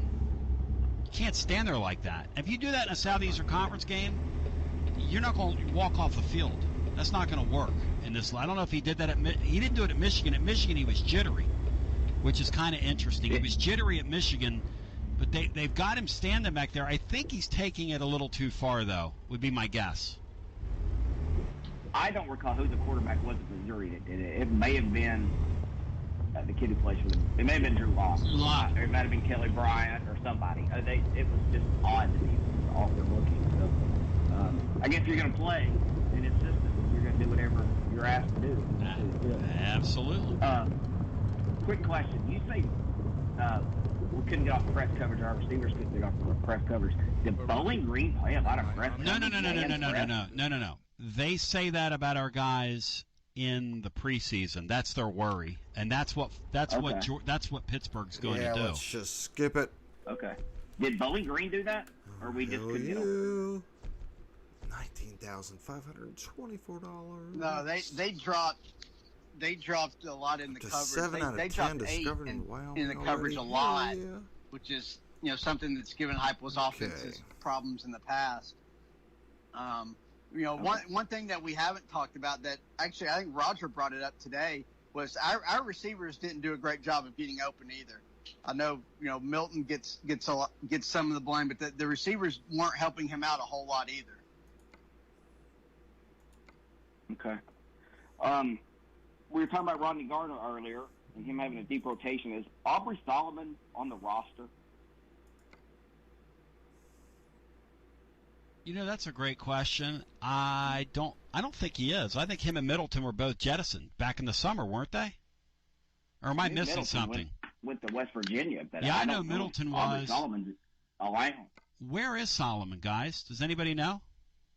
He's still on the team as far as I know, but okay. I mean, when you don't put forth effort, that's Rodney the deal. Gardner's not going to play you. Yeah, see, I heard he was on his last legs. I didn't know whether they had finally parted, but yeah, he's nowhere near going to play. So, which is kind of interesting, isn't it? Yeah, you would think a transfer 6th-year senior, if he's going to put in the practice time, he's either going to play or he's going to throw in the towel. Well, and here's the thing. He's still listed as a senior defensive lineman on the roster. Because I knew Garner's running out of, and Matt alluded to that in a blog post, I want to say last week, that Garner's run out of patience with him, and that is absolutely true. I didn't know whether he was there or not, which shows you how invisible he is. And this whole transfer thing just hasn't been good to Tennessee for whatever reason. And we could talk about this either in basketball or football. We had a kid the other day, the kid from Texas, that didn't make a tackle in the game. The linebacker. Now, I know he's lining people up back there, and we just seem to have that issue with transfers, do we not? Am I lying when I say that? I mean, it's weird. What about Alvin Kamara? Alvin Kamara he's an example of the rule, Mike. But that's very good. It's quite an example, but I mean an exception rather to the rule. Cordero Patterson. He's quite an exception, but around here, that's they don't. That's about it, I guess. Him, right? Kelly Washington. Go ahead. Let's start listing them. I'm going back 20 years with Kelly Washington. So, thank you to my caller. Great call, man. Thank you, brother. Hey, thanks. Yeah, thank you. Let's get our next call in. Hello and welcome. Hey, what's up, fellas? Hey, Lee. How you doing, buddy? Fudge. Hey, stuck in Nashville traffic, man. So I thought I'd give you a call real quick. So brutal, man. I don't know how you do it. I don't know how you do it, man. I'm not gonna be doing it for much long. I'm about to get out of this city. It's changed, and I can't do this anymore. I try to get. I have to go to the city about once a week. So I try to get everything done at one time. Yeah. And that's how much I hate it. So yeah, these days I get stuck out here. It's brutal, but boy, you can do. Hey, hang on 1 second. Let me say goodbye to SEC. SEC Mike. Thank you, sir. brother. I hope you'll come back and do it again with us, man. Absolutely. Thanks for having me, guys. I appreciate you. God bless America. Tell the living listener where they can find you one more time. Yeah, absolutely. Just search SEC Mike on any platform. I'll pop right up. And the show is called That SEC Podcast. We're on every available podcast platform. And now we got a YouTube as well. SEC Mike, appreciate you, brother. Let's do it again. Absolutely. Thank you. Good talking to you. Go ahead to my Nashville Lee. Hit it, buddy.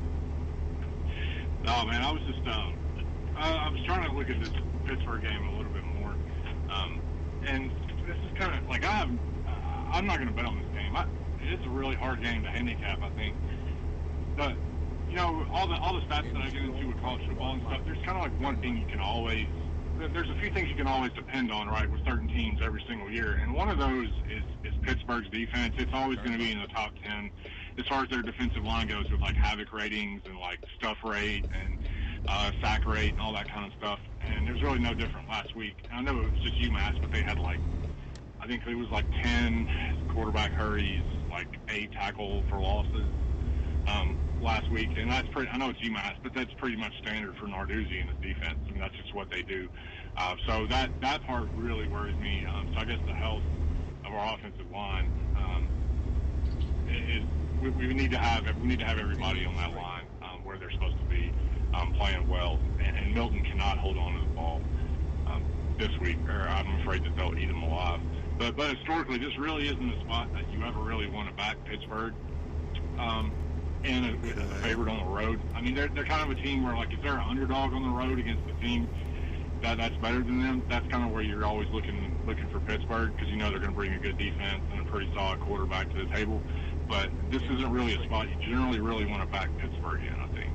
But with the line what it is, I mean, it's almost, it started off as a pick 'em. I mean, it took in some money in Pittsburgh. So, I think it's a real tough game to call. I don't want to put any money on it either way, personally. But I'll tell you what, one thing, though, the more and more I hear, like, people kind of down on Milton, the more and more I'm kind of rooting for the kid. I want to see him succeed here. I really do. I mean, if you ask me, honestly, who I think is the best quarterback, the only thing I can really go on is just the film that I've seen with Hooker last year on film, and with Milton, what I've seen him on film. And if you just go by that, I mean, I think Hooker's the best quarterback. But I'm not there in practice. I mean, I don't know. I don't know how Hooker does running that offense. Just off film, though, I think Hooker's a better quarterback. But I really do want to see Milton succeed in this. But he's got to get rid of the ball quicker this weekend, because I'm telling you that Narduzzi will get after him. I mean, he'll be all up in his face the entire game if he doesn't. If he ball holds, what's going to happen to him this weekend, Lee? If he ball holds, will he turn the ball over? Will he eat it? What's going to happen? I'm afraid he's going to turn the ball over. I mean, he doesn't seem like the type of quarterback that's going to make a smart decision, throw the ball away or eat it. Yeah. I'm afraid he's going to try to make too much happen, and he's going to turn the ball over 3 or 4 times, because they're going to get after him. I mean, you're going to have to keep protections in if our offensive line can't handle their front, and you got to keep them protected. I do think they can have some success running at that defense. If you run at those guys, you can slow them down a little bit. So Ryan Evans needs to have a really good game. Hey, Matt, let me say something, Matt. Matt, my snap judgment on Hooker, and on Milton, and I hope I'm wrong, is that he didn't play with enough urgency for me the other night. Yep. And he better find that. And I don't know if, because I know they're trying to calm him down. See, that's the other thing. Was he overcompensating, Matt? Is that what I saw? I don't know. It was weird. He wasn't very aggressive. Right. Even running, he wasn't aggressive. Yeah. Well, he's just not a guy who runs like he should. I mean, he should be running guys over and looking for contact, and he seems to avoid it at times. All right, what do we got? 431 miles, 8 hours? I think this week will be really telling because we're going to open up the playbook. We'll see what we can do with jet sweeps, more dynamic running game. That is our only hope. We'll see, but he looked very hesitant. I know with the RPO stuff, he wasn't very good. Only hope. There's maybe it's just the first game nerves of being at a new place. I don't know, but hopefully that was just kind of the outlier. And going forward, he's a much better quarterback. If it's 3rd and 4th and 1 or short, and you need that first down, what running back gets the ball? Tyon Evans, without a doubt. Zero doubt.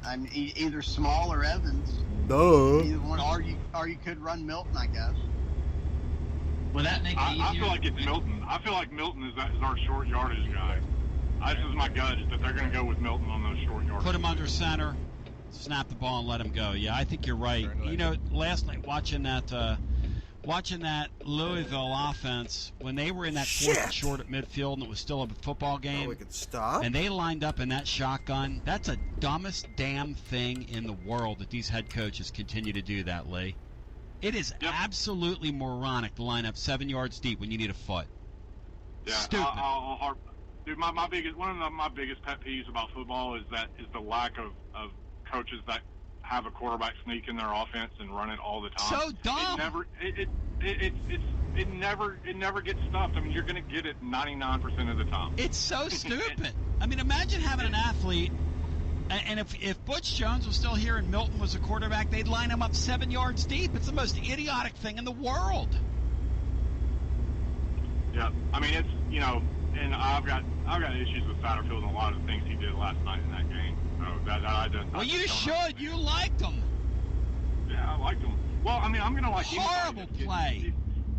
Oh, come on. Yeah, it's easy to say it's horrible after the game's played. But, I mean, honestly, Ole Miss's defense is trash, man. I mean, asking them to cover 10 points against anybody that has a pulse on offense, you're asking to lose your money. I know they won last night, but I mean, come on. So Satterfield was running from his team. That's what he was trying to do in the offseason, and you can see why after last night.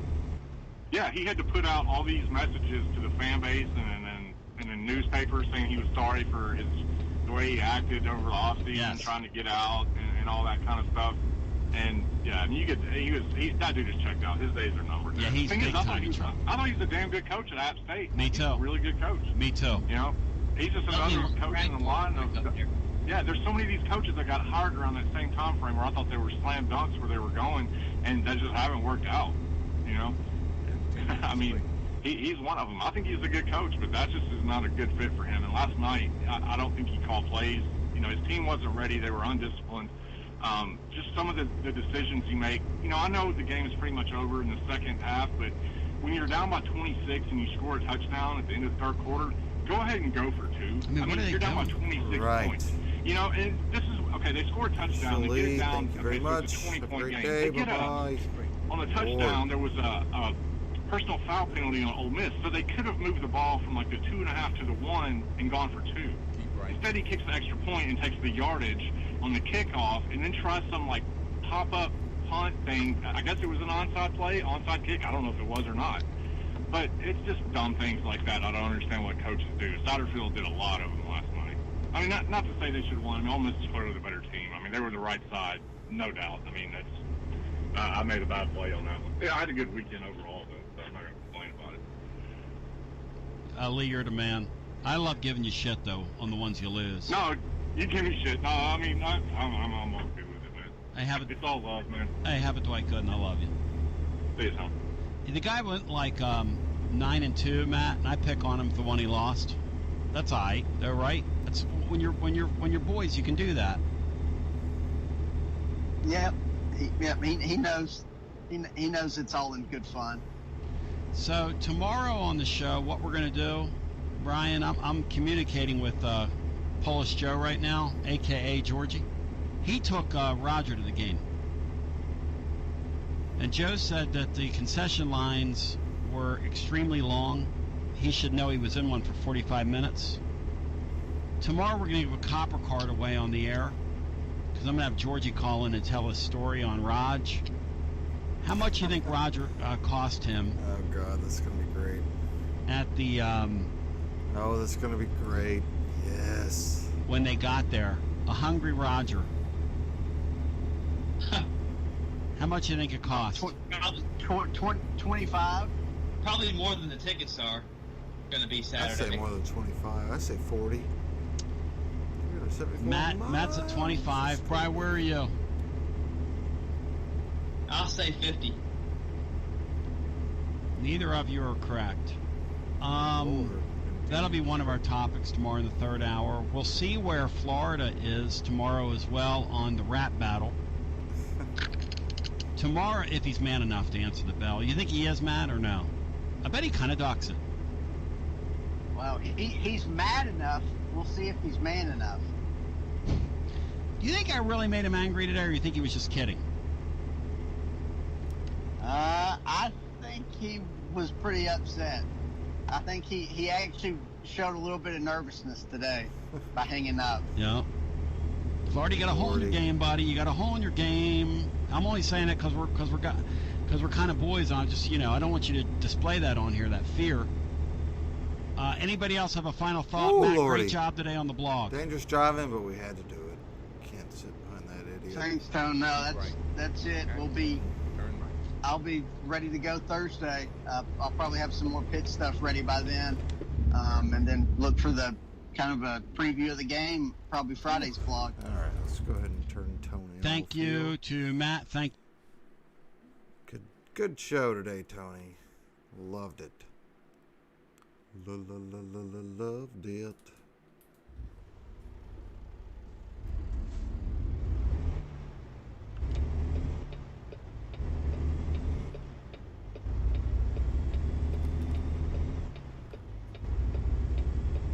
Alright, got 345 miles to go to Jackson, Wyoming.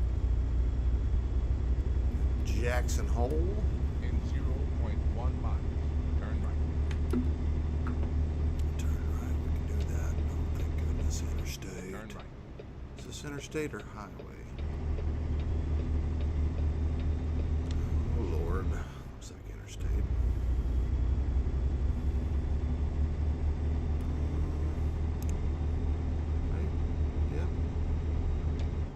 Yeah, 25, okay. Got a speed limit of 80. Unfortunately tonight, Aunt B hasn't really been able to get over 65. A little concerning. Probably our engine set up for one of our heavy cargo deliveries we did, so probably be able to fix it, but I'm almost at the point where I want to go ahead and buy a new truck and drive it, and I really want to find a Freightliner dealership. I don't know where they're at. I've not found one yet. I can't buy it online as far as I know. Check and see. Truck. No, not trailer. Let's go truck. Yeah, still none of that.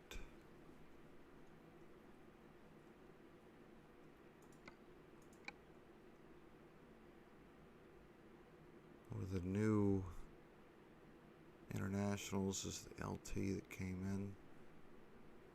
Where are the Freightliners, though? Doggone it.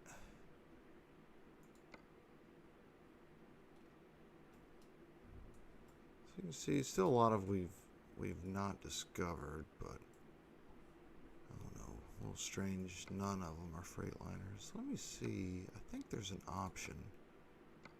that you can unlock them all.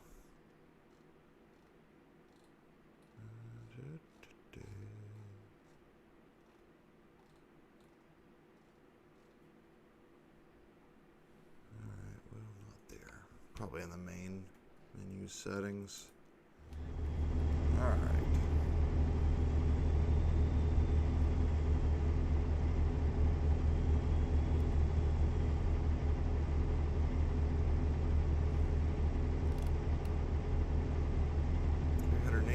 Miles to go, baby.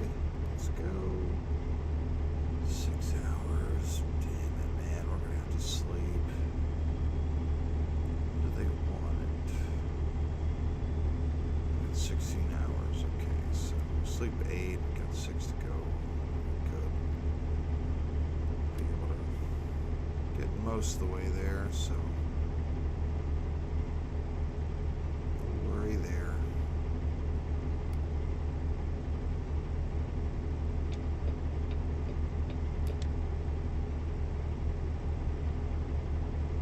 Really loving the scenery in Wyoming, though. Beautiful roads, beautiful landscape. The designers for this did a great job. Shout out to them. Really excited for Texas now. This is a big project, man. Big boy Texas project. Still remember as a kid going through Texas and my dad's Peterbilt on the way to Bakersfield, California, and just nothingness. Keep right. Just nothing. Right. Desert. Exit right. Yes, sir. Keep left. And then turn left. Turn left.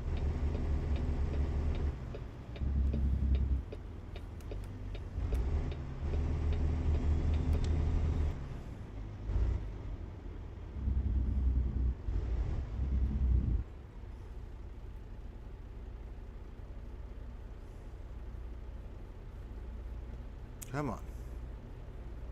Turn green. Please turn green. Thank you.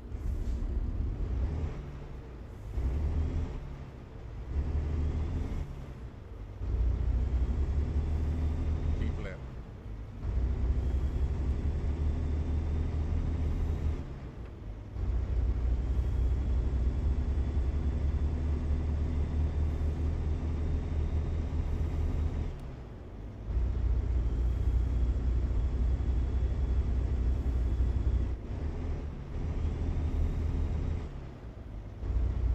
Pretty amazing we've discovered over half of the cities already. Continue straight. I think, what was it, 7?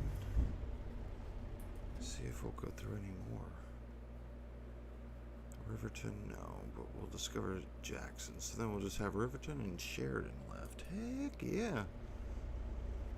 What are the other, let's see. So we still gotta go to Kennewick, Grand Coulee, Bellingham. We've really not been to Bellingham? Really? Still a bunch in California, a couple in Arizona there, handful in New Mexico, and a couple in Colorado. We gotta start trying to finish those. We've been in money-making mode, though, most of the time.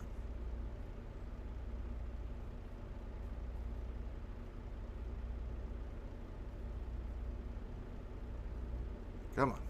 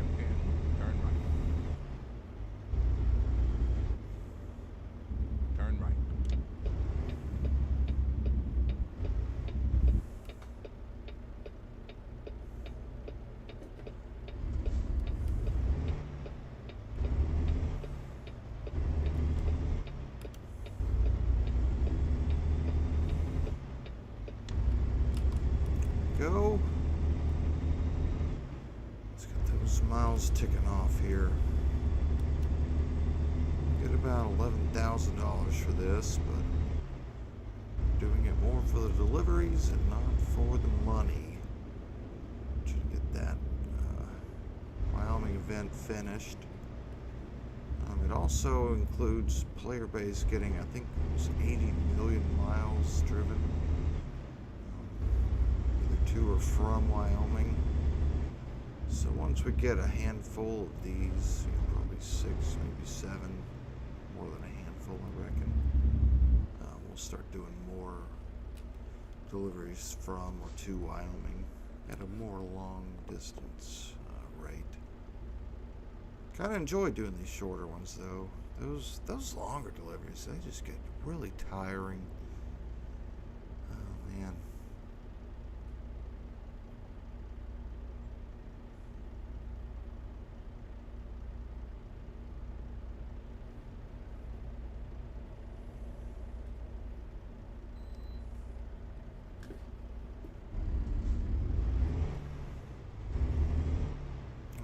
Ready to get down under this 300-mile mark. Get out of this metropolitan area onto some open highway or interstate and be wide open once we get to Jackson. Deliver this fertilizer to Kraft Heinz. Not sure why they would need it, but here you go.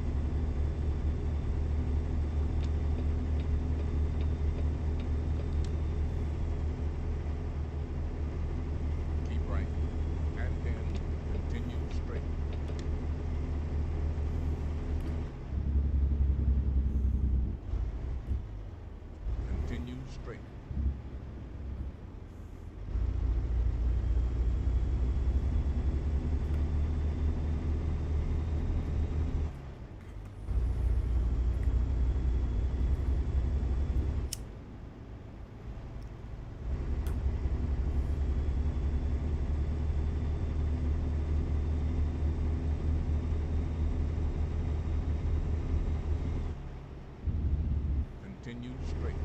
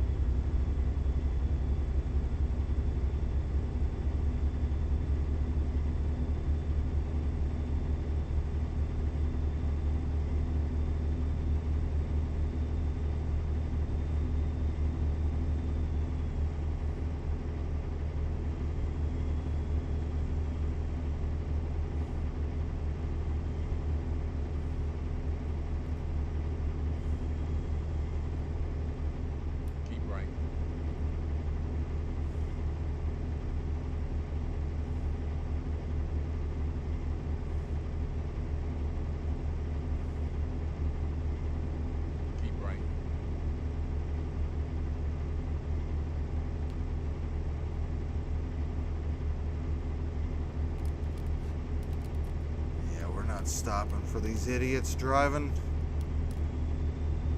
We haven't wrecked in a couple episodes now, which is great. I mean, wrecked. You know, had to get towed and all that.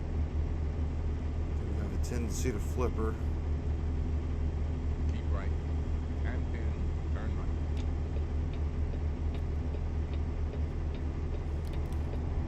Turn right.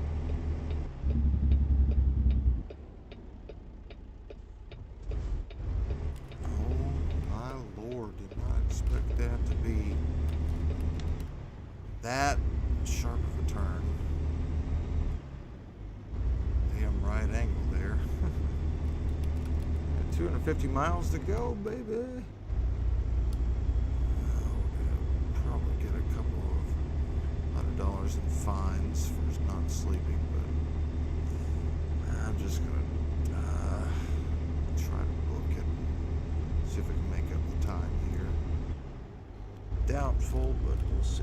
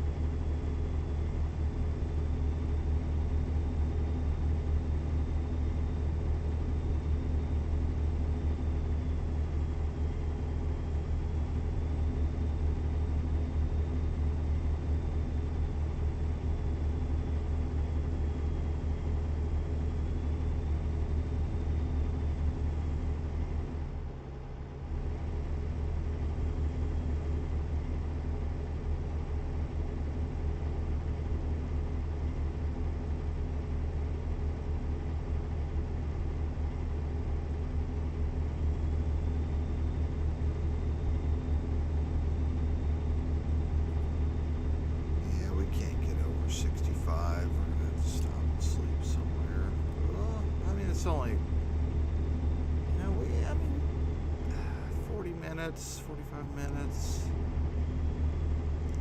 I mean, we could make it, but hopefully we can make up some time. Go down a decline here or something.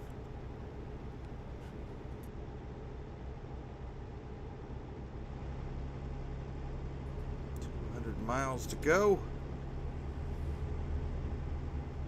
745,403 in the bank.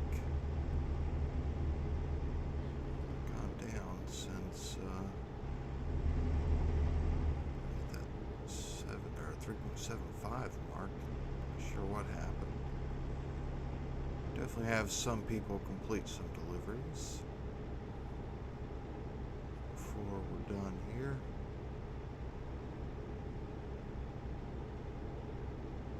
Beautiful Wyoming. Goodness, look at this. Gorgeous.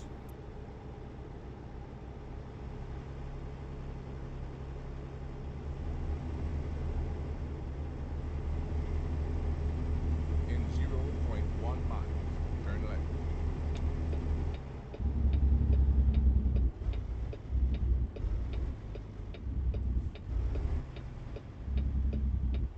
Turn left.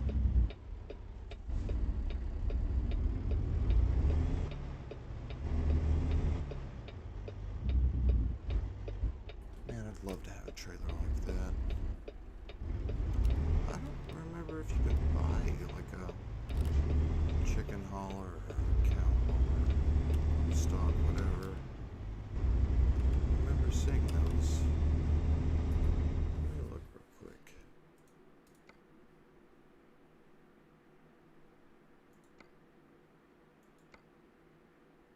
Oh, you can. Oh, hell yeah. Why don't we have one? See, that's the thing I don't like, though, is I don't want to, like, exclusively haul one item. I don't know. It's a tough thing. But it also would probably net us more money in the long run, using our own equipment. Charge a higher premium, per se.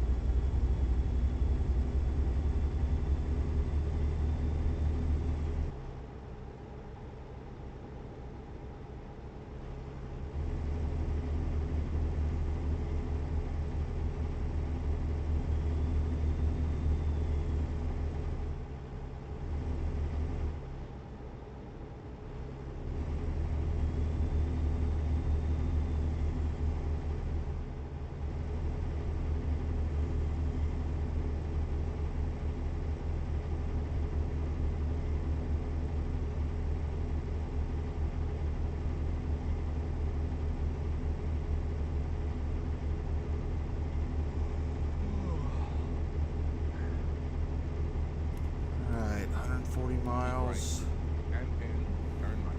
Shoot. Yeah, shoot. Let's go ahead and just stop here and sleep real quick. Turn right.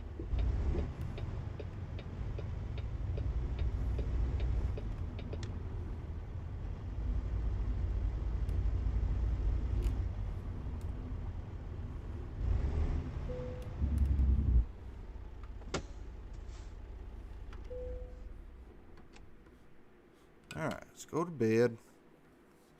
Please don't be raining. Oh, thank you. Oh, dang, our guys made a lot of money overnight. Oh, wow.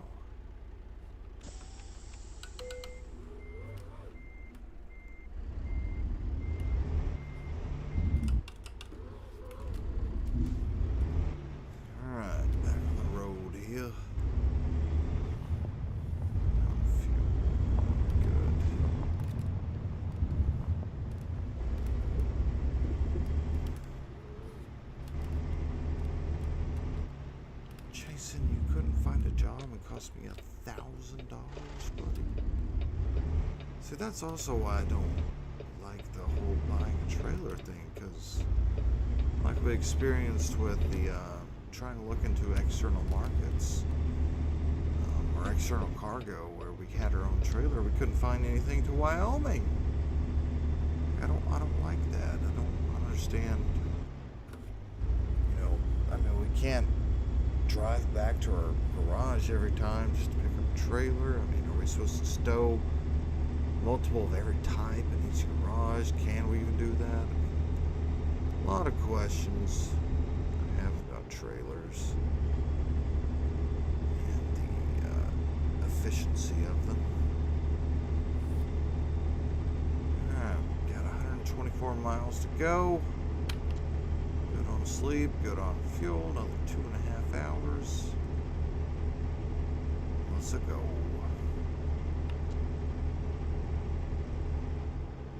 George making 22,000. Hell yeah, guys. Almost to that 4 million mark. That's awesome. Love it. Love it.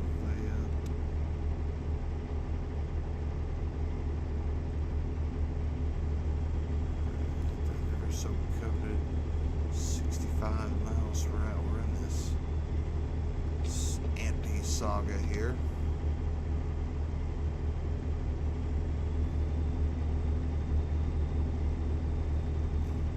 Approaching 100 miles to go.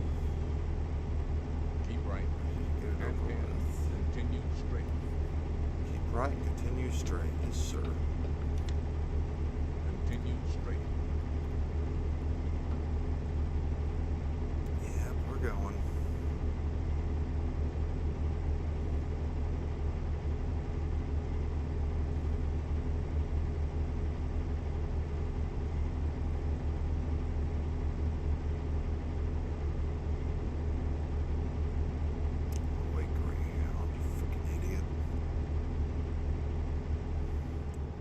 Drivers in this game are the bus drivers.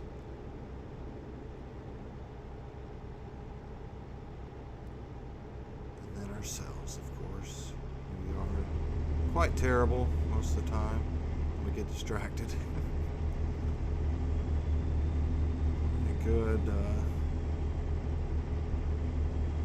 flipping clips out there. Alright, 80 miles. Let's go, baby. Continue straight. Continue straight. Look at this. Beautiful little bridge.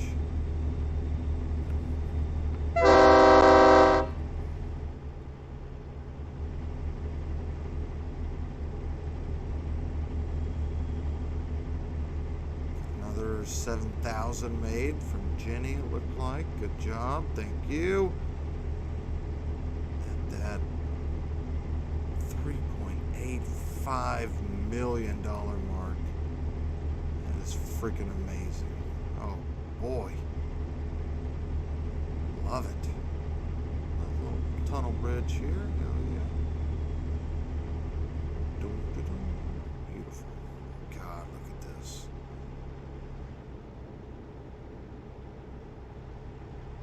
Hopefully they release the Dakotas as one DLC. That's what I really wish they would start doing, is grouping a couple of states together. You know, like, hey, North Dakota, South Dakota, Oklahoma, Nebraska, you know, stuff like that. I mean, I love this game, but damn, I'm ready to do cross-country deliveries and stuff like that. I mean, the game's been out for 5 years now, and we have, you know, less than half of the U.S., so kind of wish it would step up the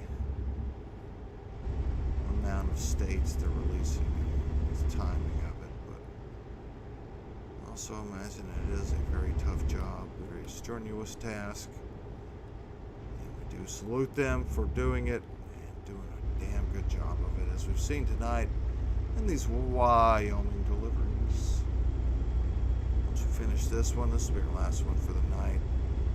Go to work in the morning, getting tired. We're gonna check our progress, check our drivers, our bank, or everything.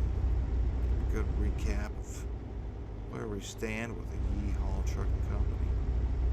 Is this a cop in front of me? I can't tell. I think it is. Also might be. Got another 30 miles to go. Hell yes.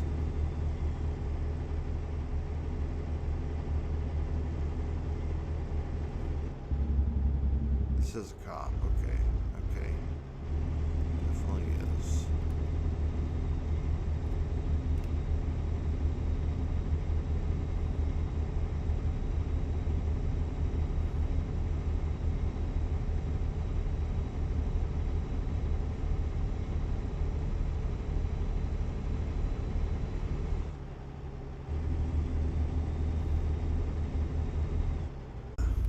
Pass through a bus and a big rig.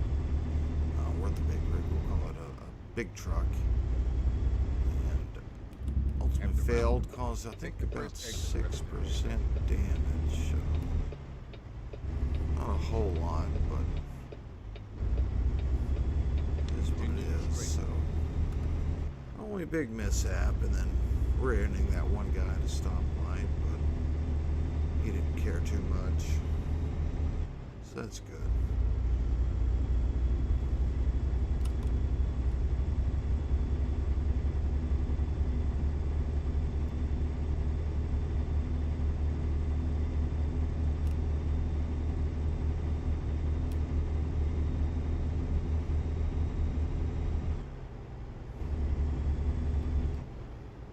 Heck yeah. Oh, shoot.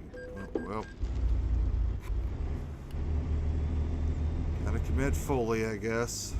That's what we did. Okay, another 2 miles. Wish I could see which side I need to be on. Looks like the left. Oh. Continue straight. Some weird rendering stuff going on here. No bueno. Jackson's just too beautiful to handle.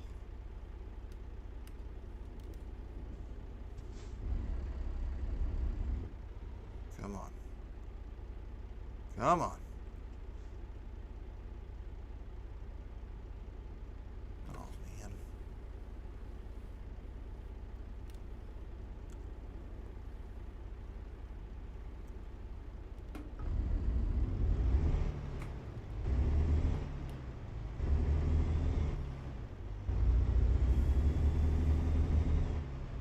In 0.1 mile, turn left. Turn left. And then keep left. Keep left. And then turn left. Turn left. All right, we're going, Morgan. Come on. Boy, Jackson's got some corrupt ass red lights. Come on now.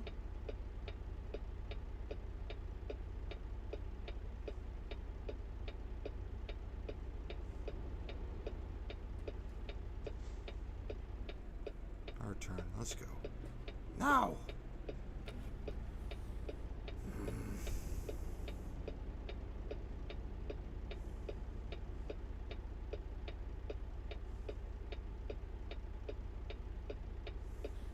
Here we go. Yes.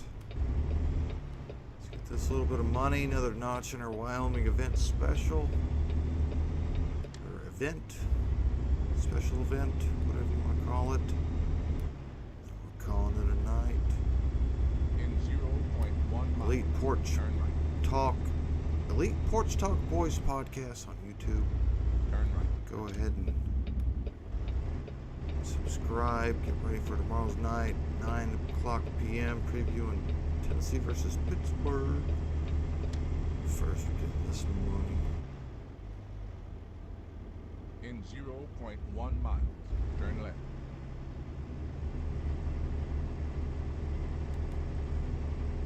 First thoughts of Wyoming, beautiful, amazing, great job, wonderful job. A couple of parts feel really familiar to like Utah, you know, so nothing special there, but change of scenery, just amazing. Love it. Awesome job. Can't wait for Texas. Hope they speed up their release of all It's been my honor and duty to see you through this mission. Alright, where you want it? No. Where you need it? Yes. Don't care.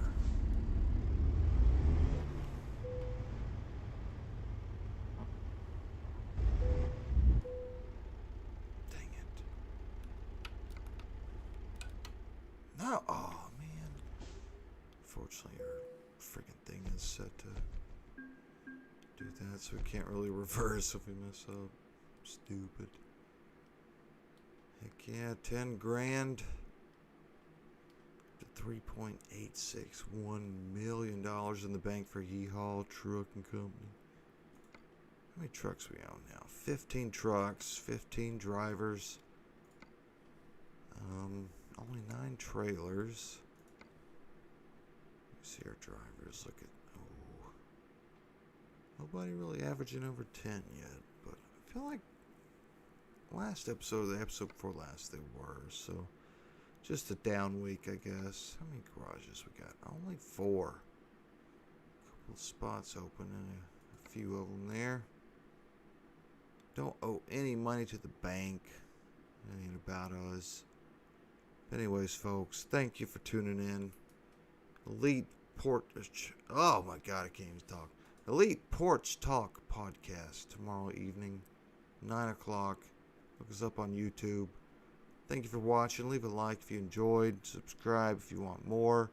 We're here every week with Tony and Truckin and the Yeehaw Truckin Company. Oh wait, before we go, how are we doing? Okay, so we're at 5 of 10 on Wyoming. So we got halfway through. That's awesome. We love you. We'll see you next time. Elite Porch Talk Boys tomorrow night. Look us up on YouTube. Like us. Subscribe to us. And goodbye.